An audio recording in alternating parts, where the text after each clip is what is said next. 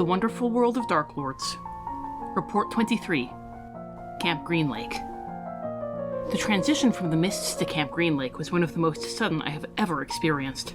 The tendrils of fog abruptly became a heat shimmer so dry that I could almost feel the moisture being sucked out through my pores.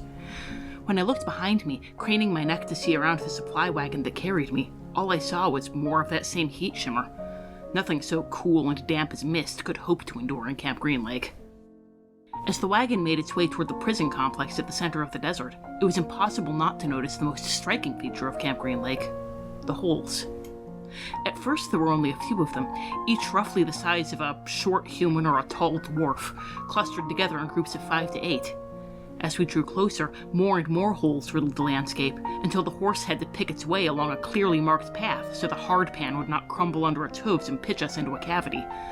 The wagon driver informed me that this reflected the philosophy of Camp Green Lake.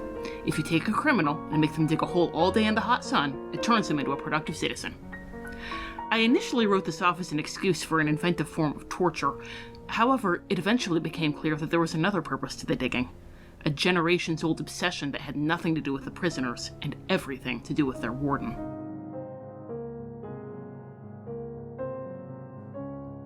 Welcome to Wonderful World of Darklords. I'm Tom. I'm Rachel. And we're discussing how to convert Disney movies to Ravenloft domains of dread, because if you take a bad gamer and make them podcast all day in a messy living room, it turns them into a good gamer. Along the way, we'll look at the Darklord, the domain itself, and some plot hooks and adaptation ideas to integrate this setting in your own campaign. Today's episode: Holes. But it is not an animated movie! No, well, it's the summer, so yes. Summer blockbusters. Here we are, appropriately, a hot movie, a movie about being hot and being thirsty, and a summer movie at a summer camp. So there you go, yeah. Yes, this is the first of our summer blockbuster series. This month, next month, August, we'll be doing an alternative shift to our format. And, yeah, if only there were a third movie about a lion who wants to be king, who hates his brother. But sadly, we couldn't do that. So there's a live-action Disney movie about that. Let us know for next year. There's a lion king in Bedknobs and Broomsticks. Yeah, there you but go. He doesn't have a brother, so, yeah. This is our summer blockbuster series. We are doing 3 live-action movies. We're taking the opportunity of summer to shift up our normal format and explore some of those live-action movies that we have wanted to make into Ravenloft domains. We're starting with this one because it was the easiest, because it basically wrote itself. Yeah. But I'm embarrassed to say this is not one of the ones we initially thought about. No. It's like starting on this project 3 years ago now, past. 2 years, yeah. Yeah, 2 and change. Yeah. We had a couple live-action movies. We were like, oh, these are so perfect. These are so great. We want to figure out something to do with this. But Hole's not one of them. So shout out to our amazing Discord for suggesting this as a potential title. Because this, golly gee, as soon as they said it, it was like, wow, this really is a perfect domain. And it's Walden Media, which is a subsidiary of Disney. So yes, we can do it. It's on Disney Plus. I consider it in our realm of our sphere of influence. Which is why Home Alone was not an April Fool's Day episode, but Princess Mononoke was. Yep. Or rather in April. Not on Disney Plus, at least in America. As I mentioned, great domain. A great domain that can make, I think, some very cool stories. That can do some types of stories we haven't done before in our animated ones. I don't see a chance to do in our animated ones because as the legally distinct name on the DMs Guild we are using is Green Lake Prison Camp. Green Lake, one word. And totally different. And the key word there is prison. That this is a movie, a story, a book set mostly in a prison. And I don't know if there's any animated Disney movies that like feature a prison prominently. Kind of Robin Hood, but that's, But it's not like the central location like it is in this story. Yeah. And it is it's an unusual kind of prison break story, but it is a prison break story. And that's great to have in our toolbox. And of course, there is a prison. That means there is a warden, who we'll be talking more about in a section we like to call The Lord.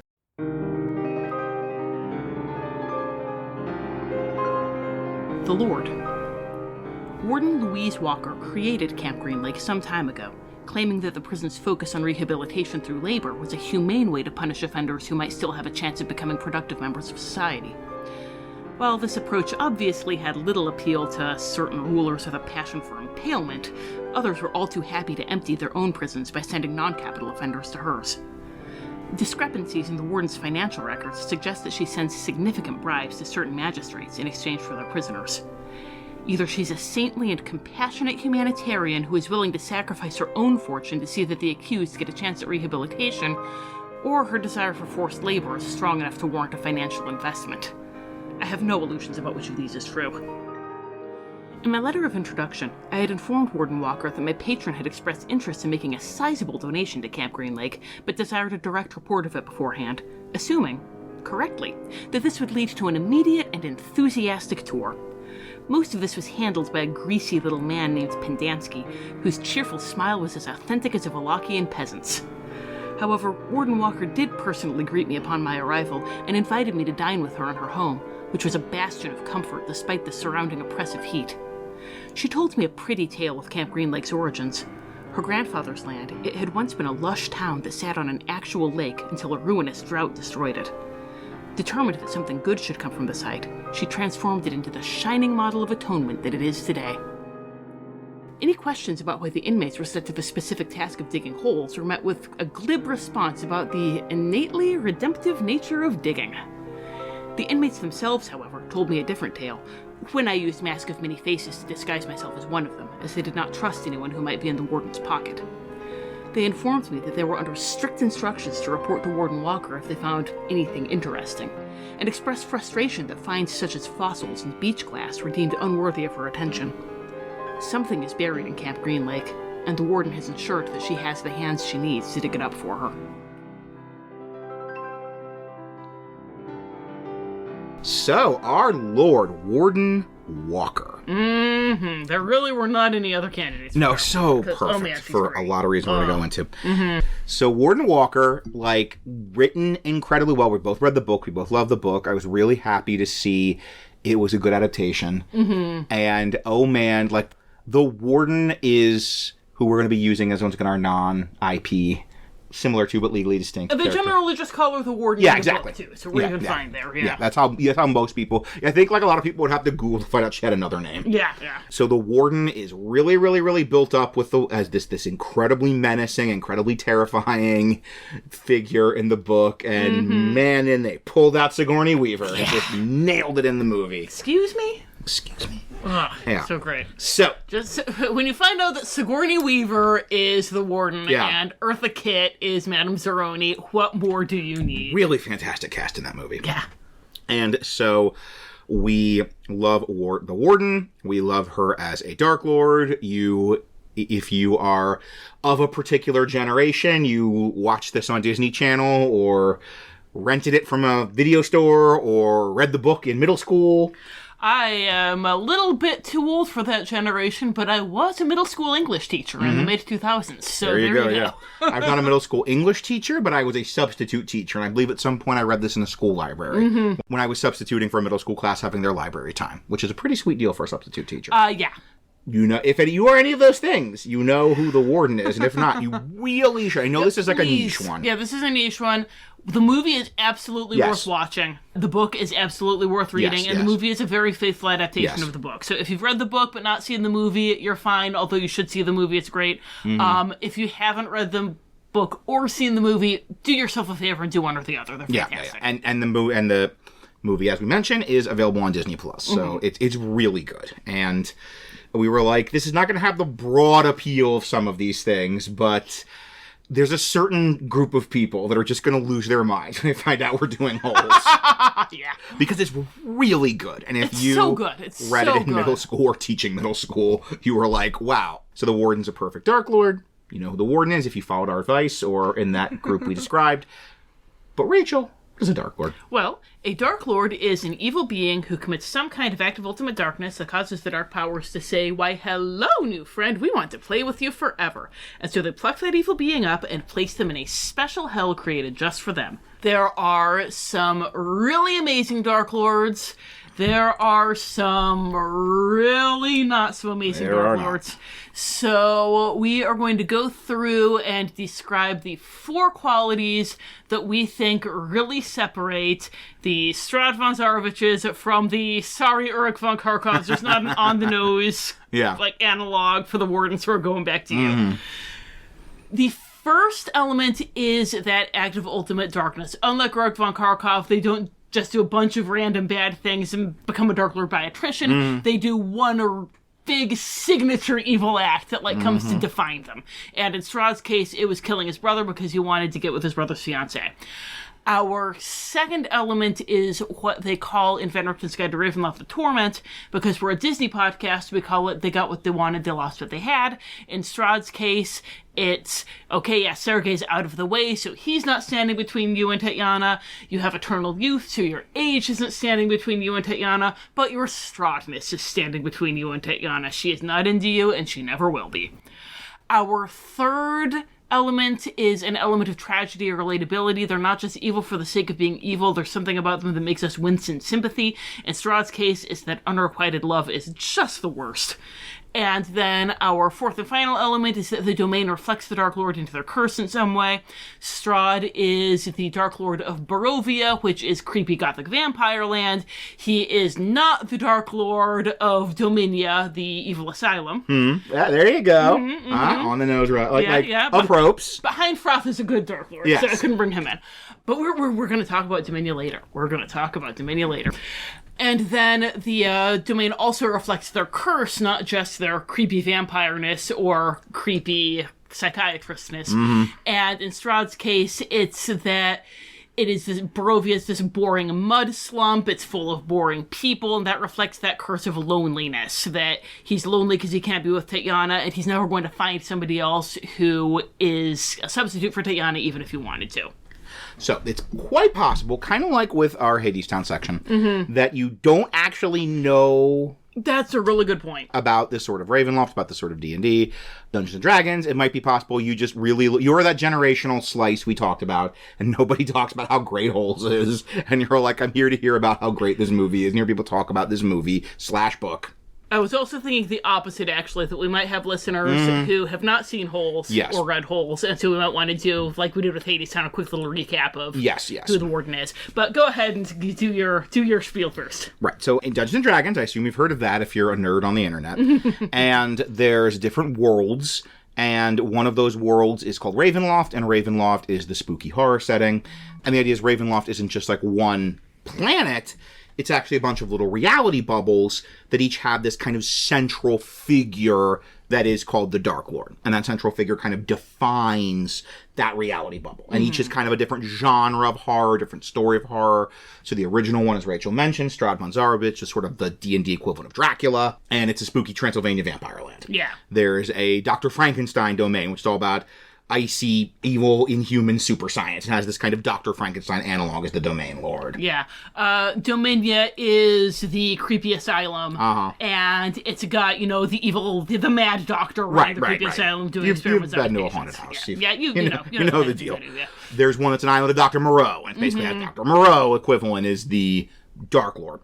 So if you are a fan of Holes, you can see exactly where we're going with the domain, Camp Green Lake reflecting the warden's psychodrama. Yes. Yeah. And if you have not read Holes, I'm going to go, as I go through these 4 elements, the nice thing is we start with sort of the origin story element, which is called the Act of Ultimate Darkness. For our non-D&D listeners, this is the idea that your Dark Lord has this specific evil thing they do that sort of pulls them into this reality bubble and traps them there, and that is kind of their origin story. If you have any interest in reading or seeing Holes, which you should, please pause this, go do that now, and then come back, because Holes has a lot of twists and turns, so and good. Getting into the warden's motivation and everything. We're going to be giving away a lot of the story. So if you don't have any intention of reading it or watching it, shame on you. Yeah. You're not listening to us. But you can't keep listening, and just we're going to spoil everything. If you do want to read or watch it, please do. Just pause this, watch it. We won't be offended, I promise. We've never done this before. But once again, I think this is like the most obscure thing we've done, maybe. Yeah. And so legit, go watch it on Disney Plus. It'll be less than 2 hours. And we'll be waiting for you, we promise. Come back here. Spotify's not going anywhere. Really good. Yeah. So, we have this character. Her full name, I said most people don't even know, is Warden Walker. Did we ever get her first name? Yes, I can't remember what's on my head because I had it originally in the write-up. But I will do that if I have to. Okay. If I have to. If I get a red flag from DM's Guild. Like we did for Big Hero 6. I did for Big Hero 6. Maybe you are one of the lucky people that first, hour it was out, you grabbed the rare, name brand Big Hero 6. And then everybody else has gotten the PDF about Hero Team 6. If you're wondering why suddenly all of the, changing the names has gotten aggressively more obvious. My son and Lady Eboshi. All the H's. Yeah. All the H's. We flew a little too close to the sun with that one, so we're being careful. Anyway. But anyway, so this woman, she is the owner of in the story, in the book, she's the owner of a juvenile prison camp. And she's the warden of the juvenile prison camp, and it's built in the site of a former lake. That's why it's called Camp Green Lake. There used to be a lake there. In the book, it says it was the biggest lake in Texas. It was this very prosperous community. Her family was the wealthiest. They owned almost all the land. And then her family was cursed. Not in Dungeons & Dragons, in, the story itself. Yeah. Curses are real in this world. Yes.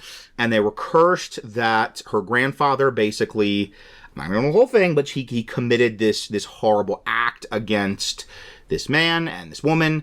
It never rained after that, and the lake dried up and became this massive desert. Mm-hmm. So the prison is kind of built in the ruins of the kind of ghost town, of the town that used to be there when it was an actual lake. Because that's they still own all the land. And the woman, she was this outlaw named Kissing Kate Barlow.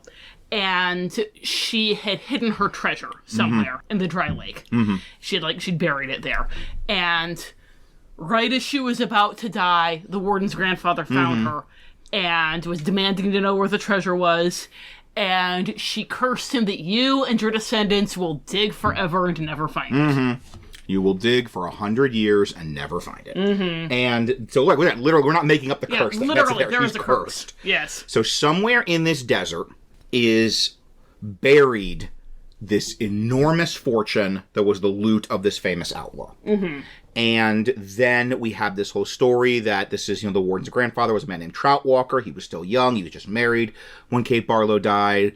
But then he basically spends the rest of his life digging holes looking for that treasure. He's kind of, you can think of it, he was the Gaston to her Belle. Yes. And if he couldn't possess her, he can at least possess her treasure. Exactly. And so he's digging, and it becomes his obsession. And any good curse becomes his obsession, becomes his whole reason for living. He forces his children to dig. He forces his grandchildren to dig. Mm-hmm. And that's who the warden is. It is his granddaughter. And we even have this line about how every day she had to dig. Every day. Blazing hot sun. Curse, it never rained. Yep. We even get there, there's never a cloud. Every now and then, if they're real lucky, a cloud will pass over the sun, but there's never even a cloudy day. Yeah. So, this has been her entire life since she was big enough to hold a shovel. She's been forced to dig for this treasure. And this is where we are coming in and changing the story. Yeah. Because we need that act of ultimate darkness, and so we have it be, this was Rachel's idea, so I'll let you take it. So yeah, we wanted her to commit a definitive act of ultimate darkness. We know that she has this building hatred and frustration against her grandfather. Mm-hmm. So we decided that at some point, she dug a hole and she told her grandfather that she had found the treasure. And he ran over and he was all excited and he jumped in and she hit him on the back of the head with the shovel and either killed him right then and there or just knocked him out. Mm-hmm. And then she buried him. So depending on how grim you want to be, she either buried him alive or dead. Buried alive. Buried alive. I like buried alive. Yes. Because, man, that's you delicious. You and the evil queen. She swore that would be the last hole she ever dug. Mm-hmm. And at that moment, the mist rose up and brought her into Ravenloft. That means she's cursed doubled out. She's got her regular, not just any family curse. Now she's got a Darklord curse. Yeah. A torment. And then, once again, back to the main story, back to the canon. She turns this, as we said, into a kind of juvenile prison camp. So the idea is the story opens with the main character, Stanley Yelnats. He's found guilty of a crime he didn't commit, and he's given the option of either going to prison or going to this Camp Green Lake, juvenile rehabilitation center. And he's like, oh, a lake. Camp Green Lake, that sounds nice. That sounds nice. Maybe I'll go swimming. And it is a nightmare. It is a nightmare. So he goes there, and the idea is it is ostensibly a juvenile rehabilitation center, and they don't need any guard towers or walls or barely any staff because they are at the only water for scores of miles, for just miles and miles and miles, middle of a desert, the only water there is, and probably the only food source. So it's like, you know what, you want to run, go ahead and run. Yeah. This is a self-policing system because we have the only water. We have the last little spring that has any water in this whole entire desert. And the way they do the rehabilitation is the idea that every boy has to dig a hole 3 feet by 3 feet. And 5 feet by 5 feet. 5 feet by 5 feet.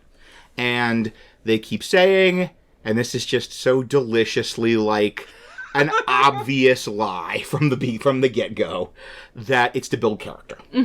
That it's all about building character. That's why they're digging holes, to build character. And they even have this quote, their philosophy, if you take a bad boy and make him dig a hole in the hot sun every day he turns into a good boy.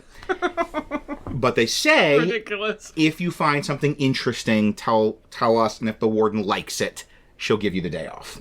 Which is a big red flag right there. This is not about character building.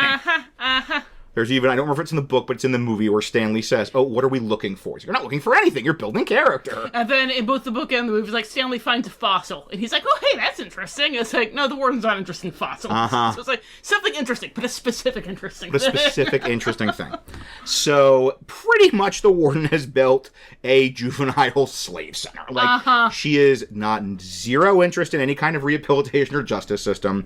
She is using these young men for slave labor to find this treasure. Yeah. Which is smart. But horrible. Also, the funding. She gets funding from the state because it's a juvenile center. So it keeps, the coffers full while she searches for the trouble. But it's so awful. Yeah. We are adding a thing there. And part of it is just to make her more evil. And part of it is because, this is Ravenloft. They're not too concerned with the affairs of the justice system. That she has relationships with judges and magistrates in many, many other Ravenloft domains, reality bubbles, that she'll accept certain offenders and then they get a bribe, that they get a kickback. Yeah. So it might be people that normally would be given a day in the stocks or a fine or property seizure or something execution-y. Yeah. She wants non-violent offenders because she doesn't want that level of trouble. Yeah. She's not, actually going to try and make a prison that can, deal with violent or serious offenders. She wants non-violent offenders. Many of these, medieval, Renaissance-y places, there would be other punishments, but they're perfectly happy to send them to Camp Green Lake in exchange for a nice fat purse from the warden. Yeah. So we were adding that. It's not in the book, it's not in the movie, but we're adding that element of corruption, too. That she is bribing judges to basically get slave labor for her treasure hunting project. So, that is our Act of Ultimate Darkness. She kills her father, and now she's basically maintaining a giant labor farm under the offensive pretense of criminal justice and, social reform and rehabilitation. Apparently, this book is extremely popular in juvenile detention centers. So there was an interview with the author where he mentioned this, and yeah. Our first element of a good Darklord, Act of Ultimate Darkness. Then we have our second, our torment. They get what they wanted, they lost what they had, they seem to get what they want, but they're way worse off. They're their life is way worse, and they can never be happy, and they can never be satisfied, because they have this torment that comes from that choice of the Act of Ultimate Darkness. Yeah. So, she has this prison, she has this free labor, she has, her promise. She never has to dig a hole again. But she can still give in that family curse of searching for the treasure. She's like, I'm going to get it, darn it. And it's sunk cost fallacy is a hell of a drug. Yeah. She spent her whole childhood and early adulthood digging for this treasure, and she does not care what it takes, who she has to hurt, who she has to kill. She's going to get that treasure, and she never will. She never will. She never, ever will. And she could have just walked away. Yes. When she was an adult, she could have just, if she hadn't died of Ultimate Darkness, she could have just walked away from the Camp Green Lake and said, you know what, no, I'm done. Grandpa, you keep digging. I don't care. I'm gonna go live my life. But so all she ever did was dig holes in this barren wasteland, and now all she's ever going to do is watch other people dig holes in this barren wasteland. That woman has never seen rain in her life, and she never will. Yes. She has a comfortable life, she has money, she has influence, she has everything anyone could ask for, but she's never leaving this camp. She's never leaving Camp Green Lake, and she's never going to find the treasure, and she's never going to, like, go to sleep happy. Mm-hmm. She's never going to go to sleep satisfied and content. Every day, she's going to go to sleep with that gnawing, not having the treasure, and she's going to wake up and wonder if today's going to be the day, and it never, ever will be. And there's even, like, wanting to stick it to her grandma. Sure, yeah, she's like, going to show him. Yeah. He never found it, but she will. She's going to win, yeah. No, she's not going to win. She never will. She never will. So her element of tragedy and relatability.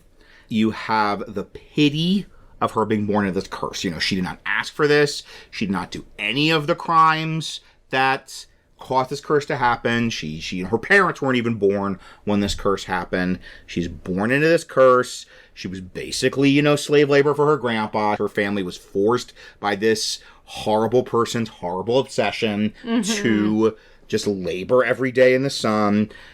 And that's pitiable. Yeah. There's, you know, if you've seen the movie, you've read the book, it is a moment we're going to come back to. The spoiler alert, we warned you. The Stanley, the main character, they find a treasure, and they're leaving, and he found this, like, satchel that has a treasure in it, and they're leaving, and she says, Stanley, I have it written down, but I'm not going to scroll down. Stanley, basically something like, Stanley, can I please just see inside? Can you please just open it for me? I've looked for it my entire life. Stanley, to his credit, is like, no. Says, excuse me? But, like, that's one of the two moments. The other is her talking about how she had to dig a hole every day. Even on her birthday and Christmas. Even on her birthday and Christmas, she had to dig a hole. And that's the other moment that please just let me look. Just let me see it. Just open it and let me see it. My entire life, I've looked for this treasure. And that's the stab of pity. Yeah. That's the stab of sympathy for this horrible person. Yeah. And there's also, you know, again, with the whole, like, they don't get this dark with it in the book. Like, there is some, I'm just realizing it now as we're talking about, like, generational trauma and curses and everything, that there is some, like, mirroring her with Stanley, because Stanley also has a generational curse. So there's kind of this idea that they both are, you know, being cursed by things that their ancestors said that they didn't have any part of, but Stanley chooses to be a good person and she doesn't. So she's a good dark mirror for him. Yeah. I didn't realize that until just now. Yeah, that's a good book. Go, folks. It's great. But that also, that, like, because of the form that the walker's reaction to their curse takes, that it could be interpreted as being, like, cycles of abuse. That, like, that her grandfather reacted to this curse by basically enslaving her and her parents. And that's the life she knows, that's the way she knows to behave, and so she's enacting that abuse on other people. Yes. And that's, like, not okay at all, but there's that stab of pity there. There's that, you know, this isn't the life that she chose. Yes. She could have not become a monster, but there were a lot of monster cards in the deck being dealt to her. And once again, we're not saying she's a good person. No, not at all. She's a horrible person. And we're not saying if she made every bad choice she made. But element of tragedy and relatability. That's almost the definition of tragedy. Yeah. Someone is born into this horrible circumstances, and yet they become the monster that shaped them. That she is now her grandfather, only even more so. That is tragic. Yeah. And that is why it's an element of tragedy and relatability. The domain reflects the Darklord's personality or curse. They dig holes. She used to dig holes. We've touched on this. It's the generational story. Yeah. That, as we said, a big part of this story is about curses, is about the past affecting the present, trying to sort of overcome some of the mistakes and some of the traumas of the past, or not overcoming them in the case of the warden, and indeed spreading them. So we kind of already touched on this. She has become her grandfather. You know, she has become her abuser, only way beyond that, because she didn't just have kids and force them to dig a hole. She's basically, like, franchised her abuse. Mick Walker's. Yeah, right? Like, she's made her horrible childhood everyone's problem. Yeah. Like, everyone who gets arrested and gets sentenced to that camp, it's their problem. And they're going to suffer and toil and be in this horrible situation to kind of continue this psychodrama of her, trying to sunk cost fallacy and also sort of one-up her grandpa and be a victim of this curse. So, yeah, very, very, very clear, not just they dig holes, but they dig holes. Yeah. So, the stat block for the Warden, we are using the Van Richten's Guide to Ravenloft, which for our Holes listeners is the kind of official book to this kind of horror setting. So, the Warden has base stats similar to a noble, because that gives you some of the social stuff. They give a position of privilege. In the back of the Book of Holes, there's an excerpt from Stanley Yelnats' Survival Guide to Camp Green Lake, and he even has a line about how, like, the Walker family still has some, like, political influence and some, like, friends in the state capitol and things, so... She has some money to keep doing all of these bribes. So, right, yeah. It's just the connections to get, like, in touch with judges and magistrates and stuff. So she's a noble. And then we're also giving her some special powers. A big one. This is a big, I think, flaw in the noble stat block. Yeah. Intimidation. We were looking Good for somebody Lord. with intimidation that's like, it's a thug and a thug. Yeah. Like, if you want intimidation in the NPC write-ups, you better be a thug. In the base monster manual. Yeah. You better be a thug. They're the only intimidating people in the world, apparently. I guess so, yeah. I mean, thugs are pretty intimidating. Yeah, so, Intimidated is charisma-based, so just she has the same amount of Intimidate as she does Deception and Persuasion. Right, she gets advantage, which, once again, not even as a superpower, I feel like the warden of a prison that you are in, you are a prisoner in, gets advantage to intimidate you. Yeah. Because they can make your life hell. She's got that +5 anti-advantage. Yep. She's got, so cool, so Dungeons & Dragons, the rattlesnake fingernail polish. She's got, like, a claw attack that does poison damage and necrotic damage.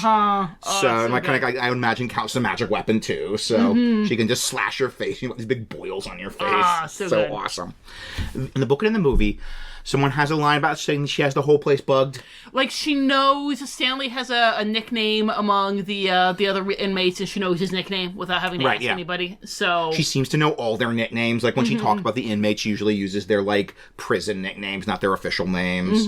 She kind of seems to know some of the social situations. Yeah, the dynamics. Yeah, and maybe it's full-on bugged. Maybe it's just a lot of people report to her. But she has got... We're giving her scrying. We're saying she basically can scry at will anywhere in the camp. And she does this. She regularly keeps tabs on them. But only in, like, the barracks area, not when you're actually out digging the holes. Only in, like, the actual, like, campsite. Yes. She's got, like, the equivalent of, I know in Haslan, there was, like, the whole Eye of Haslick and, like, logo. That's a good way to do it. That's a good way to do it, yeah. There was, like, this kind of Eye of Haslick crest that people would have to show their loyalty to the lord of that land. But magically, he could, whenever he wanted, see through any of those eyes. So people were basically wearing, like, jewelry with, like, little, like, video cameras for him on parabolic mics on them. That's a good way to do it, to have kind of like the Eye of Haslick, but it's like the Camp Green Lake insignia. Like, logo. Like, wherever there's the Camp Green Lake insignia, which there is everywhere in camp. Including sewn on deer overalls. Yep. But she once you leave the camp, she can't see through your overalls, but she can look through your shirt. Yes. And this is going to be great for PCs. We're jumping ahead a little bit. This is going to be great for PCs because it's one of those everybody suspects. Just, she always seems to know what's going on. She always seems to know, like, people's plans or schemes or cons or whatever. And so everybody, PCs are very early going to get the information that she's got everything bugged, but they can talk on the dig. And it even gives you something to do with the dig scenes. Yeah. And that's like, I guess make a strength athletics roll to see how fast you dig your hole. Maybe level of exhaustion. Like, no, those scenes are important because that is where they can talk privately. Yeah.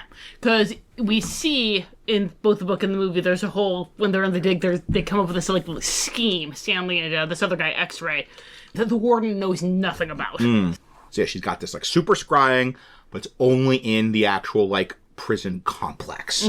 And for the dig, once again, sometimes they'll take them, like, miles out into the desert away from it. She also has, once again, it's not a superpower, it's just being clever, that the staff there's two main staffers we see in the book and the movie. I think in the background of a couple shots in the movie, we might see a couple other adult staffers, and it kind of makes sense there could be more adult staffers. So the staff, it says she basically hires people that are shady. Yeah. So, like, the main sort of guard is got a warrant out for his arrest. And then there's this guy who's sort of supposed to be the therapist, and he's not a real doctor. No. So that she has deliberately hired people that are wanted, that have warrants, that are fugitives, that are in danger. So she has this absolute iron grip on them. Because she is their only protection. She's their only protection. Like, if they have to leave, if she fires them, they're going back into the meat grinder. Mm-hmm. But as long as they're there, as long as they're on the camp, they're safe, as long as they do what she says. Yeah. And then finally, we have a power that all Darklords have for our host listeners. This is called closing the borders. The idea is every Darklord can sort of lock their reality bubble, because otherwise, why don't they just leave the haunted house? Yes. Why don't they leave? If you discovered you were in Dracula's Transylvania, you would probably just spend the night at the train station and then leave. Yeah, yeah. And if you're in Hill House, you're going to leave Hill House. Right. You're going to, like, look around, a couple weird things are going to happen, and you're like, nope, and you're going to leave. You're going to leave the Overlook. But no, Dungeons & Dragons has anticipated that reaction, and you cannot leave as a plot element. Mm-hmm. And this is really easy. That when she closes the borders, the desert becomes impassable. Yeah. The mist in this form, it's always mist around these borders, these domains, but here it's like the heat shimmer. Mm-hmm. And the more sort of mirage heat shimmer. And the idea is if she closes the borders, you just walk, and the desert never changes, and eventually you pass out. Yeah, like, even if you have spells that allow you to teleport, and theoretically that should be able to take you to the border. Nope, doesn't happen. You'll just be in the desert. Mm-hmm. And it'll all just blur together. You'll have no idea where you are, just in the middle of a flat desert, and until you pass out. Yeah. We are putting in an exception here. This is unusual. Most places, this is a pretty ironclad power they have. There's no exception. But the exception is if you have a piece of Kate Barlow's treasure. Mm-hmm. If you have a piece of Kate Barlow's treasure, you can leave even if she's closed the borders. You can escape. Yeah. And kind of the reason we wanted to do that was because in the movie, that's basically finding the treasure is how Stanley's able to get out. But we don't want it to be that you find the entire treasure and then you leave, because if there is no treasure, there is no torment. Right. So we want it to be, if you find a little bit of the treasure, basically, it's the whole, like, kind of the curse logic of Kate Barlow has trapped them there while they're digging for the treasure. So you find the treasure, you get out, and finding the treasure represents her finding her ability to get out, and now you can get out. Like, it lets you kind of have that whole story. Yes. Where you find the treasure and leave. Without finding all of the treasure and her getting arrested and her torment ending. Yeah, we're imagining sort of the multiple small caches. Yeah, yeah. Like maybe hundreds of caches of loot scattered through the desert. Yeah, yeah. And also this works very well as sort of a metaphor for how the warden is trapped. That she can never leave. In the metaphysics of the setting, she can never leave because she's a domain lord. She's trapped in this reality bubble. But in this sort of metaphor level, she can't ever leave because she can never find a piece of the treasure. Yeah, that leaving and finding the treasure are one and the same. Exactly. Yeah. Yes, thank you. That's a very good way of phrasing it. Leaving and finding treasure one and the same for her, and she'll never do both. Mm-hmm. And there's another reason we want to have that exception, and we'll talk about a little more when we get into running an adventure in this. Yeah. Because that was the trickiest part of doing holes. Finally, in this section, we like to do quotes. In Dungeons & Dragons, when they give you an NPC, a non-player character like this, or like Strahd in our spooky Transylvania land, they give you the role-playing trait, ideal, bonded, flaw, and they give them as quotes. So as much as possible, we like to give those as quotes this character says to sort of tell the DM, the narrator, how to role-play this character. If you are making a story about people going to Camp Green Lake, how do you, the narrator, the storyteller, the DM, role-play the warden in those scenes where the characters interact with the warden? So I found some quotes. There aren't that many, because she actually isn't in much of the story. Yeah. She's a woman of few words. She's a felt presence. Yeah. She's really like, if you look at the book, there's like 4 big scenes with her. Yeah. But here is what I have. Okay. And we want to find one of these that is kind of showing her personality, one of these that shows the thing that guides her, one of the things that shows sort of the things most important to her, which I feel like we have a good sense of what that is, and then one that shows her big character flaw. So her trait, ideal, bonded, flaw are the names of these things. Stanley, won't you just open it? Just let me see what's inside it, please. Oh. So I don't know if we... That's got strong bond. That's got strong bond things. Yes, strong bond. I wish it specifically said, like, the treasure or the loot or whatever, but you know. You're going to read it and you're going to know.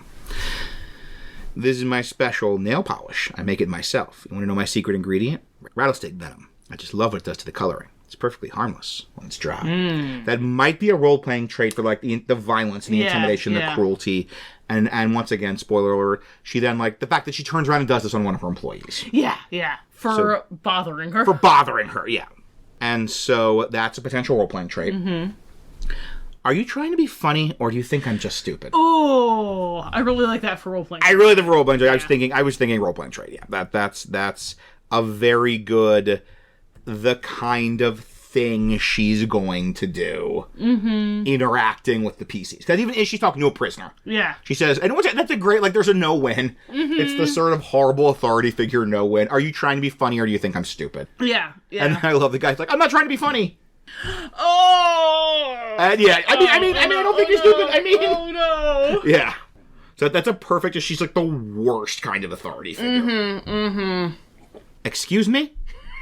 I can't just have excuse me, but fortunately I found this Sadly. one. Excuse me, did I ask when you last filled them? That... I really like that for trait, but it might be... Right. I could also see it for flaw. Maybe. I don't know. It's so good. We have to work in excuse me. It's your signature line. Maybe that's her intimidate powers. Excuse me. Excuse me? Yeah, probably. There you go. That's even intimidate. Excuse me? Did I ask you when you last filled them? Because I want excuse me to be her trait, but did ask me when I last filled them is... I don't know. It's just... Okay. I don't feel like it quite works. Do you know how long... When I was little, I'd watch my parents dig holes every weekend and holiday. When I got bigger, I had to dig too. And I cut the even on Christmas, because, this is Dungeons and Dragons world. Yeah. So this... Gosh, this is a hard one. Let me look up some more quotes. Hang on. So I found a couple more. This is a real strong... These are from the book. Right, yeah. Just so long as I have the suitcase, I don't care what happens. Ah, nice. Okay, yeah, that screams... Bond. Yeah. You're giving these boys too much water. Ooh, gosh. Flaw, maybe? Yeah, that she's so cruel. So cruel. Yeah, and the context for it was this, so... If you haven't read it or it's been a while, there's this bit where Stanley, our protagonist, he finds a little bit of the treasure. Or like a clue for the treasure. But for reasons, they pretend that they found it somewhere else. It makes sense in the movie, go with it. And so she's having them all dig in that spot, and they're not finding anything, and she's all excited, but they're digging and digging and digging and digging and still not finding anything. And like when it starts out, she's just showering them with everything, like as much water as they need. She's promising them steak dinners, like just showering them with attention and affection. And then the more they're going, the more they're not finding anything, the angrier she's getting, and then she finally tells me, you're giving these boys too much water. Yeah, the cruelty and the deprivation and the abuse, and they're not doing anything wrong, she's just mad that she's not finding her treasure. And I'm thinking for Ideal, the Stanley, won't you just open it, let me see what's inside, please. Yeah. I think it's the only point in the book or the movie where she says please to anyone or anything. Yeah. This is the most, and even the Ideal, the Bond, but as with a good character, the thing that's guiding her, the principles guiding her, the things she cares about are connected. So it's all about the treasure for her. Yeah. And it's tricky for us because these are not great quotes, but she never talks openly about the treasure because she's kind of trying to keep it secret. Yeah. So that's tricky for us. And we were even, with some of the quotes we were looking at, it's like, they make sense in context. Yeah. So we were just looking at, she's got the scene with the rattlesnake venom, and she scratches her subordinate instead of, he's bringing her Stanley, and he thinks that she's going to scratch Stanley. He's all excited. He's all excited That's for so it. Good. But she scratches him instead because he wasted her time bringing her Stanley, because it wasn't about the treasure. Right, even she doesn't care about the prison or the discipline or the character, the rehabilitation. She doesn't care about anything but the treasure. And then as she's looking down at a bright thing on the ground, she says, I liked you better when you smoked. Which, if you've read the book or seen the movie, makes perfect sense in context. It's a great line. If you haven't, you're really confused. That is a great line to do on someone. I liked you better when you smoked. But yes, it would not work for our purposes. So here we go. We have our role-playing trait, Ideal, Bond, and Flaw. So we could talk more about our discussion of the amazing character of Warden Walker, amazingly played by Sigourney Weaver. As every character played by Sigourney Weaver is, including the voice in Finding Dory. Yes. So she's the warden of Green Lake Prison Camp, but let's talk a bit more about the experience of Green Lake Prison Camp for those prisoners who she's not scratching with rattlesnake venom. She actually doesn't care about what they're doing, as long as they're digging for holes. In a section we like to call The Land.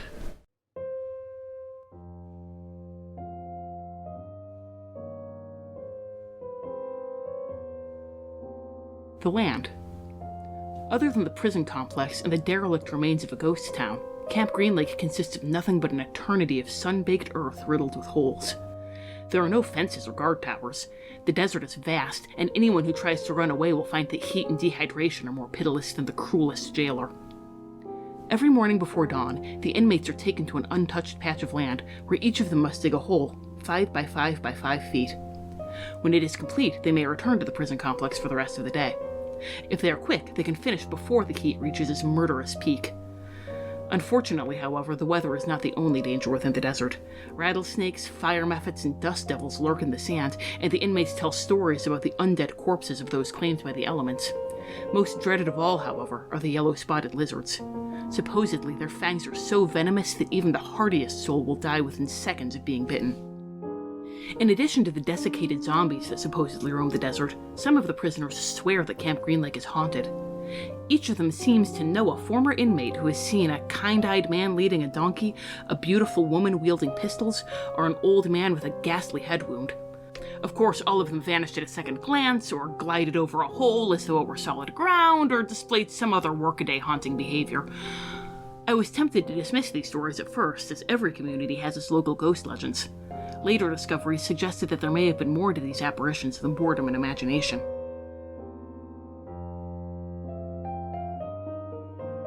So in this section, we're going to be talking about the Green Lake Prison Camp, the structure. We've kind of gone over our Darklord. We've gone over the warden. We've gone over how you're kind of entering her psychodrama and acting as a sort of minion of her family curse when you get sent to this prison. Now let's talk about what that experience would be for your players to be sent to Green Lake Prison Camp. Which has no lake. Which has no lake. It's just a desert, as we mentioned, for miles and miles and miles, which means there is minimal security. There's like 2 really staffers that we focus on in the book and in the movie. I think there's, as I mentioned, I think there's a couple scenes where you see a couple other staffers kind of wandering around the background, but like that's it. There's no more than a half dozen people, adults, that work there for the warden. Everything else is just this sort of self-policed, digging-based society. The average day, you get woken up at like 4:30, I think they said, and you get, dressed, and you get a shovel. And they drive you out to a particular dig site. And it's still dark because when the heat of the day starts, it's bad. So it's like waking you up at 4:30 is a real bummer, but it actually is to your benefit. Kind of the goal of everyone is to get their hole dug as early as possible, not just because they're done faster, but because you want to get done before the heat of the day. Before the afternoon. And then you dig. And your shovel is 5 feet, and you use the shovel to measure the depth and the width. So a 5 foot by 5 foot hole, and which I guess she's decided is enough to see if there's anything buried down there. And then once you are done that 5 foot by 5 foot hole measured with your shovel, you spit in it. Very important. That's not a rule. That's just a tradition of the camp. And then you have the rest of the day off. You can kind of just wander back to camp and have the rest of the day off. It's not too hard to keep an eye on everyone because it's a big flat desert. And this is a perfect setup for PC prison break shenanigans. Because first off, we mentioned you have that private time. There's just a couple of moments during the day, though every couple of hours a water truck will come by. In this case, it would be like a water, cart will come by, and it will refill they all get a water bottle, and it refills like a gallon water jug, and they refill a gallon water jug. And then like a couple hours in, they bring food. They basically bring lunch. But other than that, the prisoners are pretty much left totally unsupervised in the digging process. So that's perfect for PC planning. And then if they get their holes done, they have this rest of the day off. And that is so perfect to give you that free time to have PC shenanigans. Like, that's the space for the PCs to get up to whatever shenanigans that they are going to inevitably get up to. Yes. So I love this setup.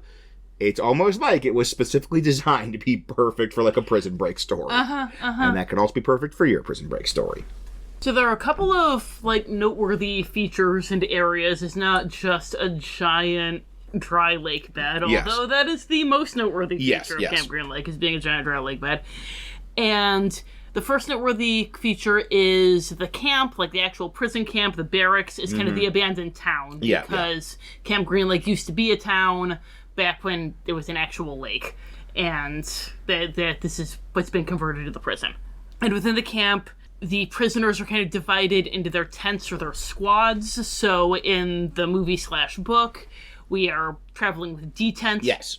And the idea is, D-tent is they're all taken out to one particular area, and everybody in D-tent digs there. And, C-tent is taken out to this other area. And that gives you a good, if you want your PCs to just kind of be, G-tent together and it's just the PCs you can, or if you want to give them some NPCs to bounce off of, then you can just kind of flesh out that one tent. You don't have to have the entire prison. It's basically their cell block. Right.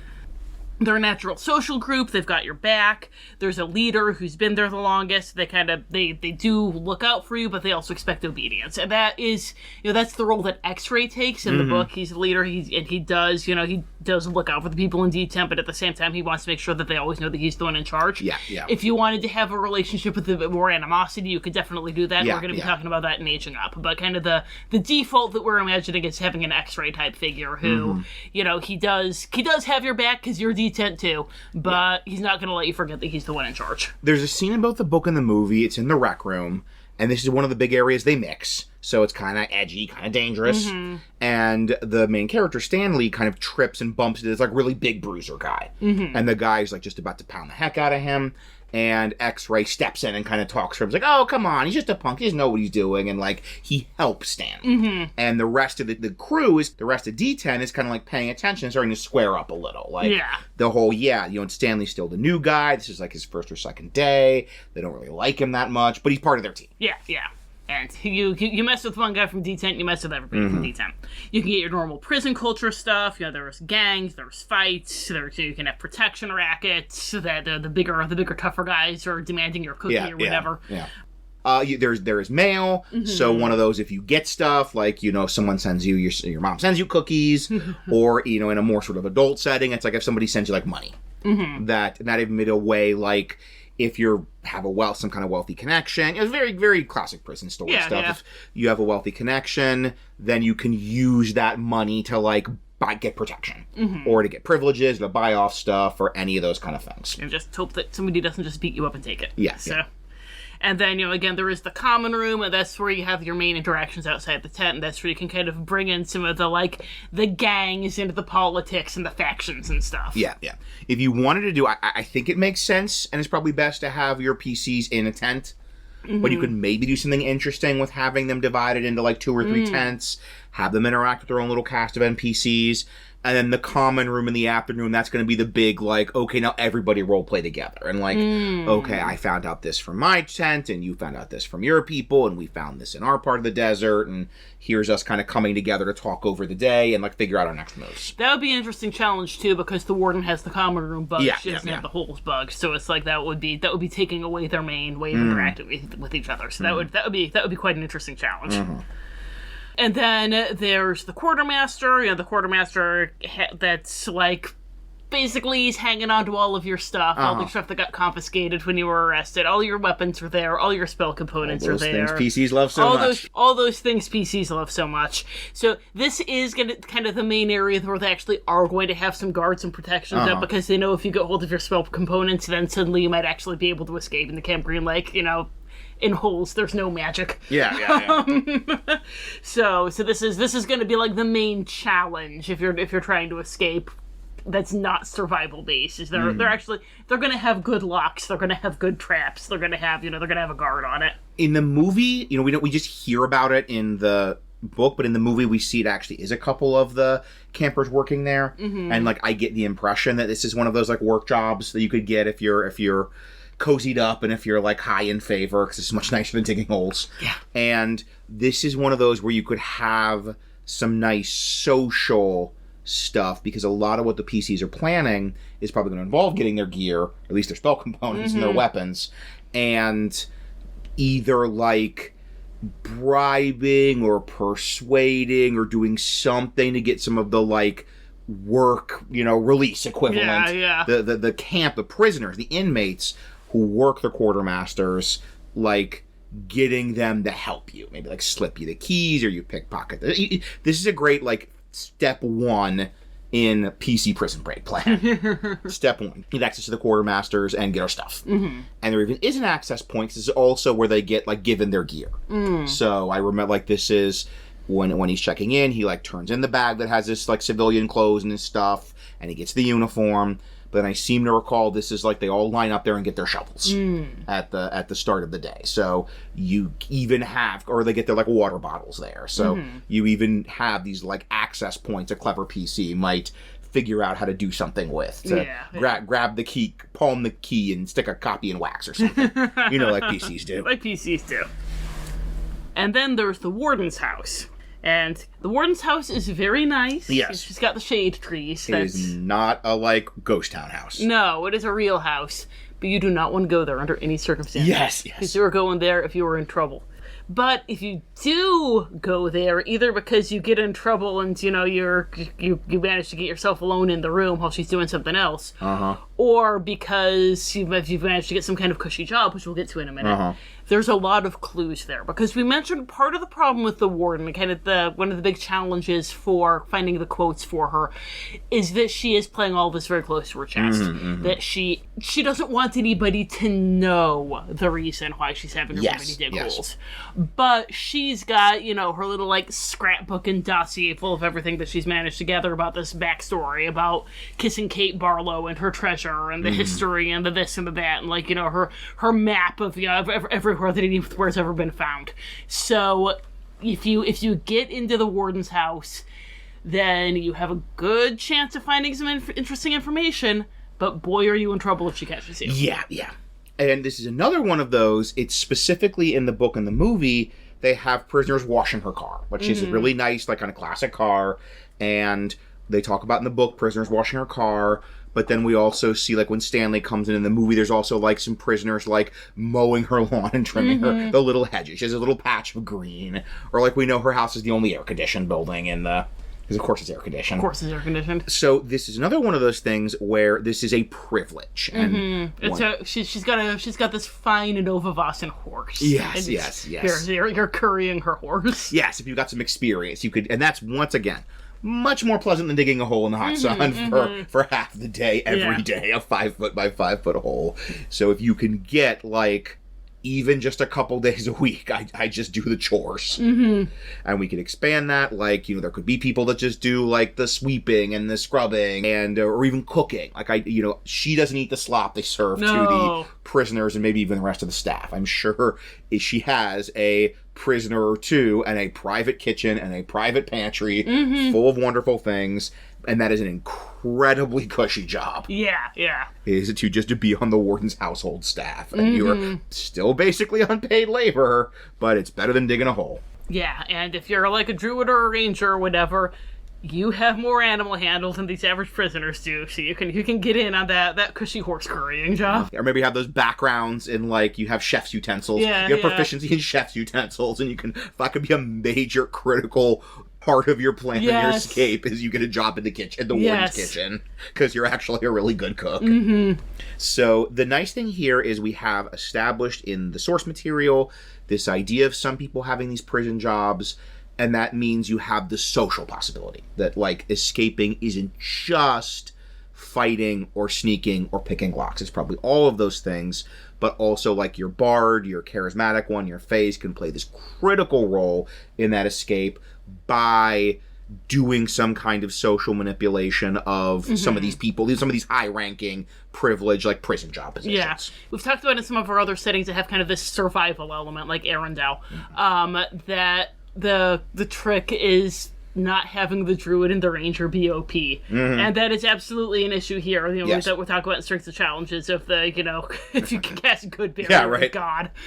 Only Stanley Yelnats could have casted good. Would have saved everyone a lot of trouble. But the great thing is there's stuff for everybody to do here. There's social. There's the rogue going in and stealing stuff. There's, you know, you're going to talk about some of the encounters that you're going to run into in the desert, because... I love the rogue steals like a fork to make into a lockpick and has to pick the locks, and even your fighter gets to be like your muscle. Gets to be like, I'm going to stop the, you know, protection racket guy from messing with my people. Yeah, or maybe B10's not going to touch us. Yeah, B10's not going to touch us. So we got this big, tough, burly fighter on our side. who still does quite a decent unarmed attack with that strength bonus. Yes. So this is a great setting, and this, the warden, the prison, the details of the prison, the details of the day, the digging the hole, all that. This all wrote itself. Mm-hmm. This is the easiest thing in the world. Yeah. Next, we're getting into running the adventures, and that was a little trickier. That was the work part of the coming up with this domain. But what would bring your PCs to this very, very unpleasant place? Rachel, what do you do with it?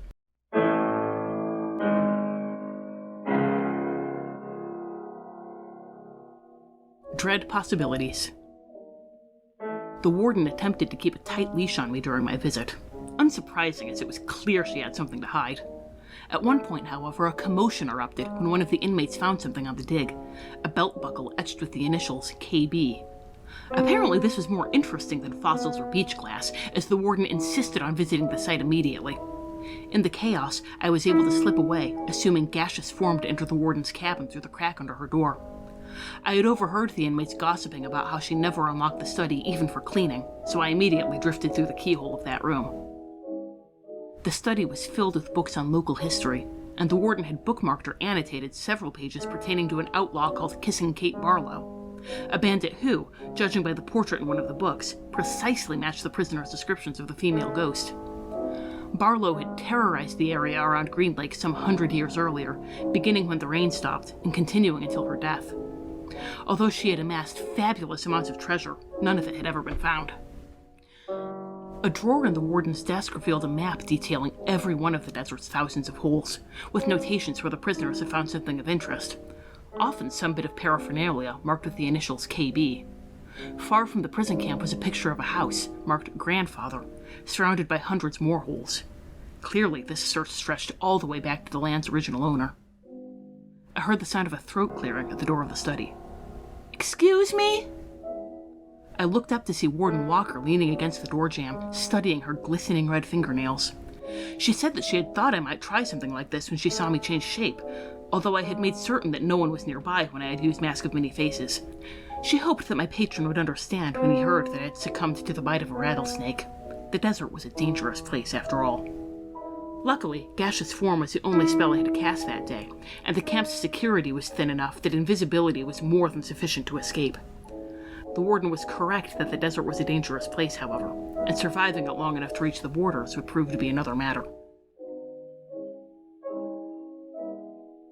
I want adventure in the great wide somewhere. I want it more than I can tell. So why did you come to Camp Green Lake? Caravans, I assume. I mean, they gotta get their water from somewhere, right? Actually. Really? There's like a supply truck that brings in the food. Yeah. Even they have like a spring by the warden's house. They got to bring in their food in their like coveralls and stuff. Yeah. But no, there is a very obvious default way that you got here because it's a prison break story. Yeah. So you're in prison. You got arrested. You got your constable got kickbacks to send you to Camp Green Lake because it was just more trouble than it was worth to put you in the stocks. Mm-hmm. You could be the warden's problem. Adventurers always break out of the stocks and cause trouble. So. So that's one possibility. Another possibility might be if you're trying to bust somebody else out. Yeah. You might be like going undercover and searching the prison, and maybe you deliberately got yourself arrested and sent to Camp Green Lake. That's great, out. Right? Yeah. That's a classic. Your prison break the show type plan of. And on the one hand, you do PC shenanigans to get arrested, get sentenced to Camp Green Lake. That is your authentically Stanley Yelnats experience. Yes. But it's so cool to be like, no, we're like coming in to do the break. We're like, no, we're like deliberately getting arrested because we want to get sent to this prison because we got the blueprint tattooed to our back like Wentworth Miller in Prison Break. Because we're like, that's cool. That's like you're a cool dude. You're not a chump. I mean, everybody wants to be Wentworth Miller. Everybody wants to be Wentworth Miller in any show, especially Prison Break. I would argue especially Flash. Yes. Just, you know what, you're a cool guy, cool hero, you're like, you got an angle, you like got a plan, you're not a chump, you're not like a victim, and PCs are gonna like eat that up. If you dangle the possibility of we need to get this person, we need to get a Stanley Yelnats out of prison for whatever reason. Mm-hmm. And they're like, oh man, we gotta get ourselves arrested. Like, oh, we're gonna go in and we're gonna bust out of the place. Yeah. And it could be especially fun if, like, instead of it being some, like, you know, goody two-shoes adventurer who got, you know, arrested for thumbing their nose at Frollo or whatever. It's like, no, this person got arrested because they are a terrible human being. Yes. No, this is like you're breaking out Hannibal Lecter. Yeah. Because he's the one who knows Buffalo Bill. Well, they're not Hannibal Lecter because they're nonviolent defenders, but you know what we mean. The equivalent. The nonviolent equivalent of Hannibal Lecter. Phrases we did not think we were saying. Go around cutting people's hair off. Making it into wigs. And then one other possibility, if you are trying to work this into a pre-existing thing, it might be if you have some magic MacGuffin you need. And we've done this a couple times before, because it's a great, like, here's a very elaborate sequence of steps you need to take to get the very specific magic MacGuffin. And it can be that they trace the MacGuffin to Kate Barlow, having stolen it, having robbed it, and this is the only way to get access to that. To kind of get access to her old territory, her old stomping grounds, or they find some, you know, divination points them to being buried somewhere in Green Lake. Yeah. And the problem with that is it does mean that you're solving a good chunk of the mystery, like, right off the bat, because part of the mystery, as we're going to get into, is uncovering that they're looking for Kate Barlow's treasure, and that it's there, and that it's a thing. But, you know, on the other hand, maybe that's an advantage for you, because you want to have them, like, solve this mystery while they have all these resources at their disposal, rather than while they're in the prison. So, you know. Or even just, you want a slightly shorter adventure, and you kind of want to just, like, go and get to the good stuff. You want to get to the fireworks. Yeah. You know, it's never the worst idea in the world to cut out the first half of the book for, like, getting to the fireworks factory. So, either way, whether they're arrested by an accident, whether they're arrested on purpose, whether they're arrested in possession of loot, there is really one story here. A little spoiler alert for a future section. And that is a flippin' prison break. I mean, come on. That's the pitch. That's the sell. That's the point of doing this domain. It's like you do Sire 1313 because you want to do an awesome spooky train ride. You do this because you want to do a prison break. Prison break, baby. A PG-rated prison break. The prison break part of the story writes itself, as we've kind of said several times, as we've given, like, a couple of live on, like, there's so much. The structure is perfect for PC planning. There's so many different angles to approach this from to appeal to different sets of PC skills. There's a couple of, like, obvious steps, even just like, okay, if we want to do the break, we have to get access to the quartermaster, get our gear back, and then we got to figure out about the food and water situation, and it writes itself. But thing about Holes is it's got a really good story. Yes. The story that we've mentioned about Kate Barlow the Outlaw, about the warden's grandfather, about this curse. It's a really cool story that our main character, Stanley, kind of discovers sort of organically as he's in this prison.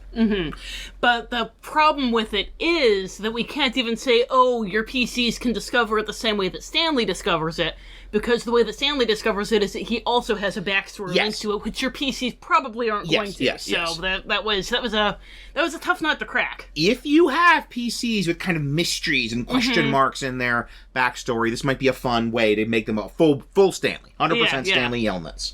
100% Shia LaBeouf. Introducing Shia LaBeouf, as the credits said. Their great-grandmother is Eartha Kitt. Yes. It can be zero.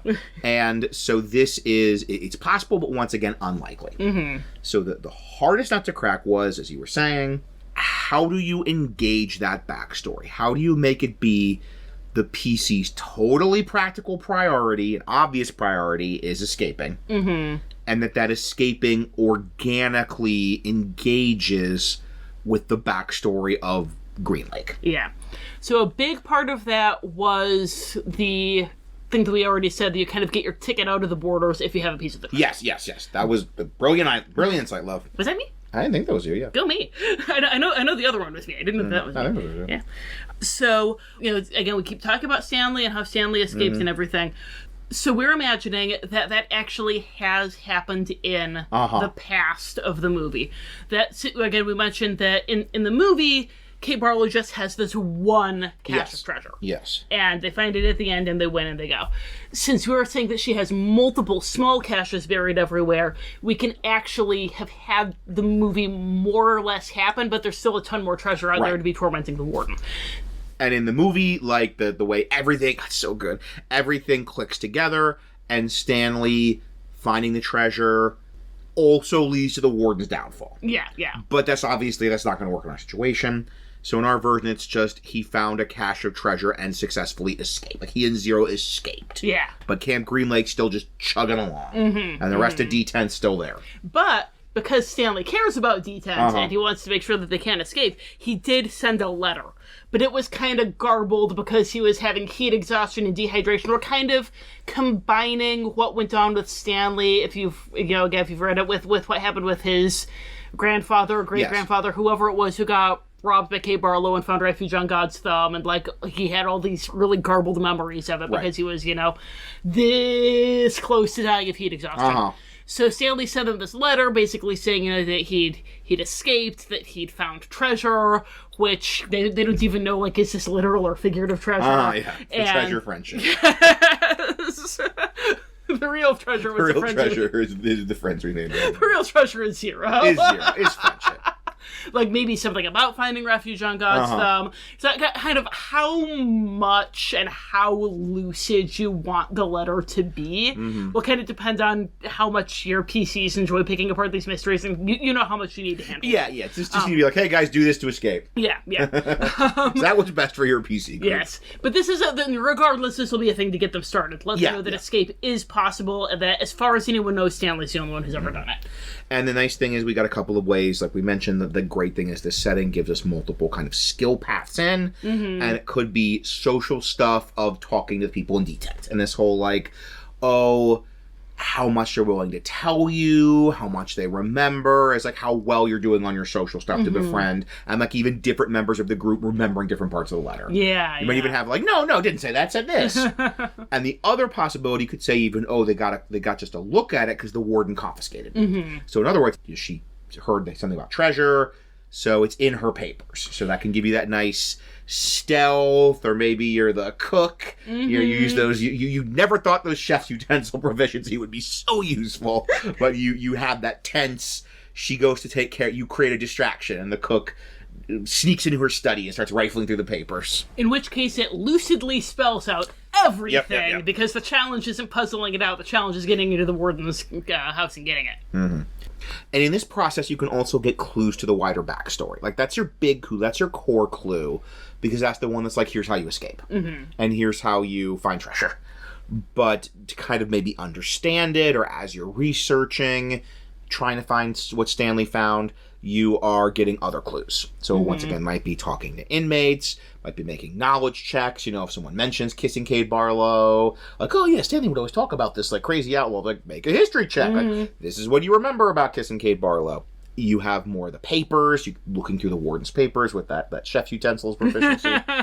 And maybe this is built in the ghost town, so the great thing is maybe you find like some old books or papers, you like, are going to a storage shed that was the old schoolhouse, and you a little panel opens and you find a journal, or you find some old newspapers bundled up in this abandoned schoolhouse. Yeah. And the great thing is, we have a wonderful Dungeons & Dragons-y way of getting some of that backstory. Yes, we do. This one I remember was all. Yeah, this is all you. Because in Holes, they couldn't have literal ghosts. They could not. But this is Dungeons & Dragons, so we can have literal ghosts. Right. It's the great thing. You just live in a world where it's not a surprise at all that, like, ghosts. Everyone just knows ghosts are real and part of life. Yeah. And the great thing is, because you're missing out on a huge chunk of a whole story if you don't get the backstory, the full backstory. So you could even theoretically have that the PCs find out they need a piece of the treasure, and they're able to, do some kind of spell shenanigan, like locate object shenanigans to find the treasure, grab a piece and run, and they don't get to engage in the backstory at all. But no, because kissing Kate Barlow's ghost is guarding her treasure, because she thinks you're working for the warden, and she's not going to let you touch it, and it's not until you can prove to her that you know who she is, and that you are on her side, and that you think that she and her boyfriend got done wrong by Warden Walker's grandfather, that's when she's going to allow you to have the treasure and escape. Yeah, it's so good, because you can just have this. You can have this ghost, and you can get any more of the backstory from her you haven't gotten already. Or you can use that backstory research to, like, persuade the ghost that you're fundamentally on her side. And this is kind of getting into some of those, like, encounters you might have. Even in holes, there already is this idea of the desert's very dangerous. It's got scorpions, it's got rattlesnakes, it's got these super lethal yellow spotted lizards. Yeah, if you were wondering when we were going to mention the yellow spotted lizards. Yeah. And the great thing is we can also bring in stuff like, we can bring in, there's ghosts, maybe there's this kind of elemental, there's like dust methods, dust devils, that fits the vibe, honestly, if there were like sandstorms. Skeletons, you can never go wrong with skeletons. You can never go wrong with skeletons. You can never go wrong with you're trying to find the treasure, and then skeletons of former treasure hunters or inmates are rising up out of the holes, because it's surrounded by holes. Yeah, we'll talk about this more in Aging Up. Yeah. But there's all this stuff about how you can try to escape, but you're never going to make it because it's just miles of dry land all around. And, we never, hear about anybody who actually tried that. And didn't. But, presumably it would happen a lot. Or, there was an inmate who got bitten by a rattlesnake, and he went to the hospital. But, that's not always going to be the case. Yeah. And once again, our sort of grimmer, darker, more adult version, they maybe aren't going to go to the trouble of sending him to the hospital. So there are going to be a lot of restless dead in the desert surrounding the camp.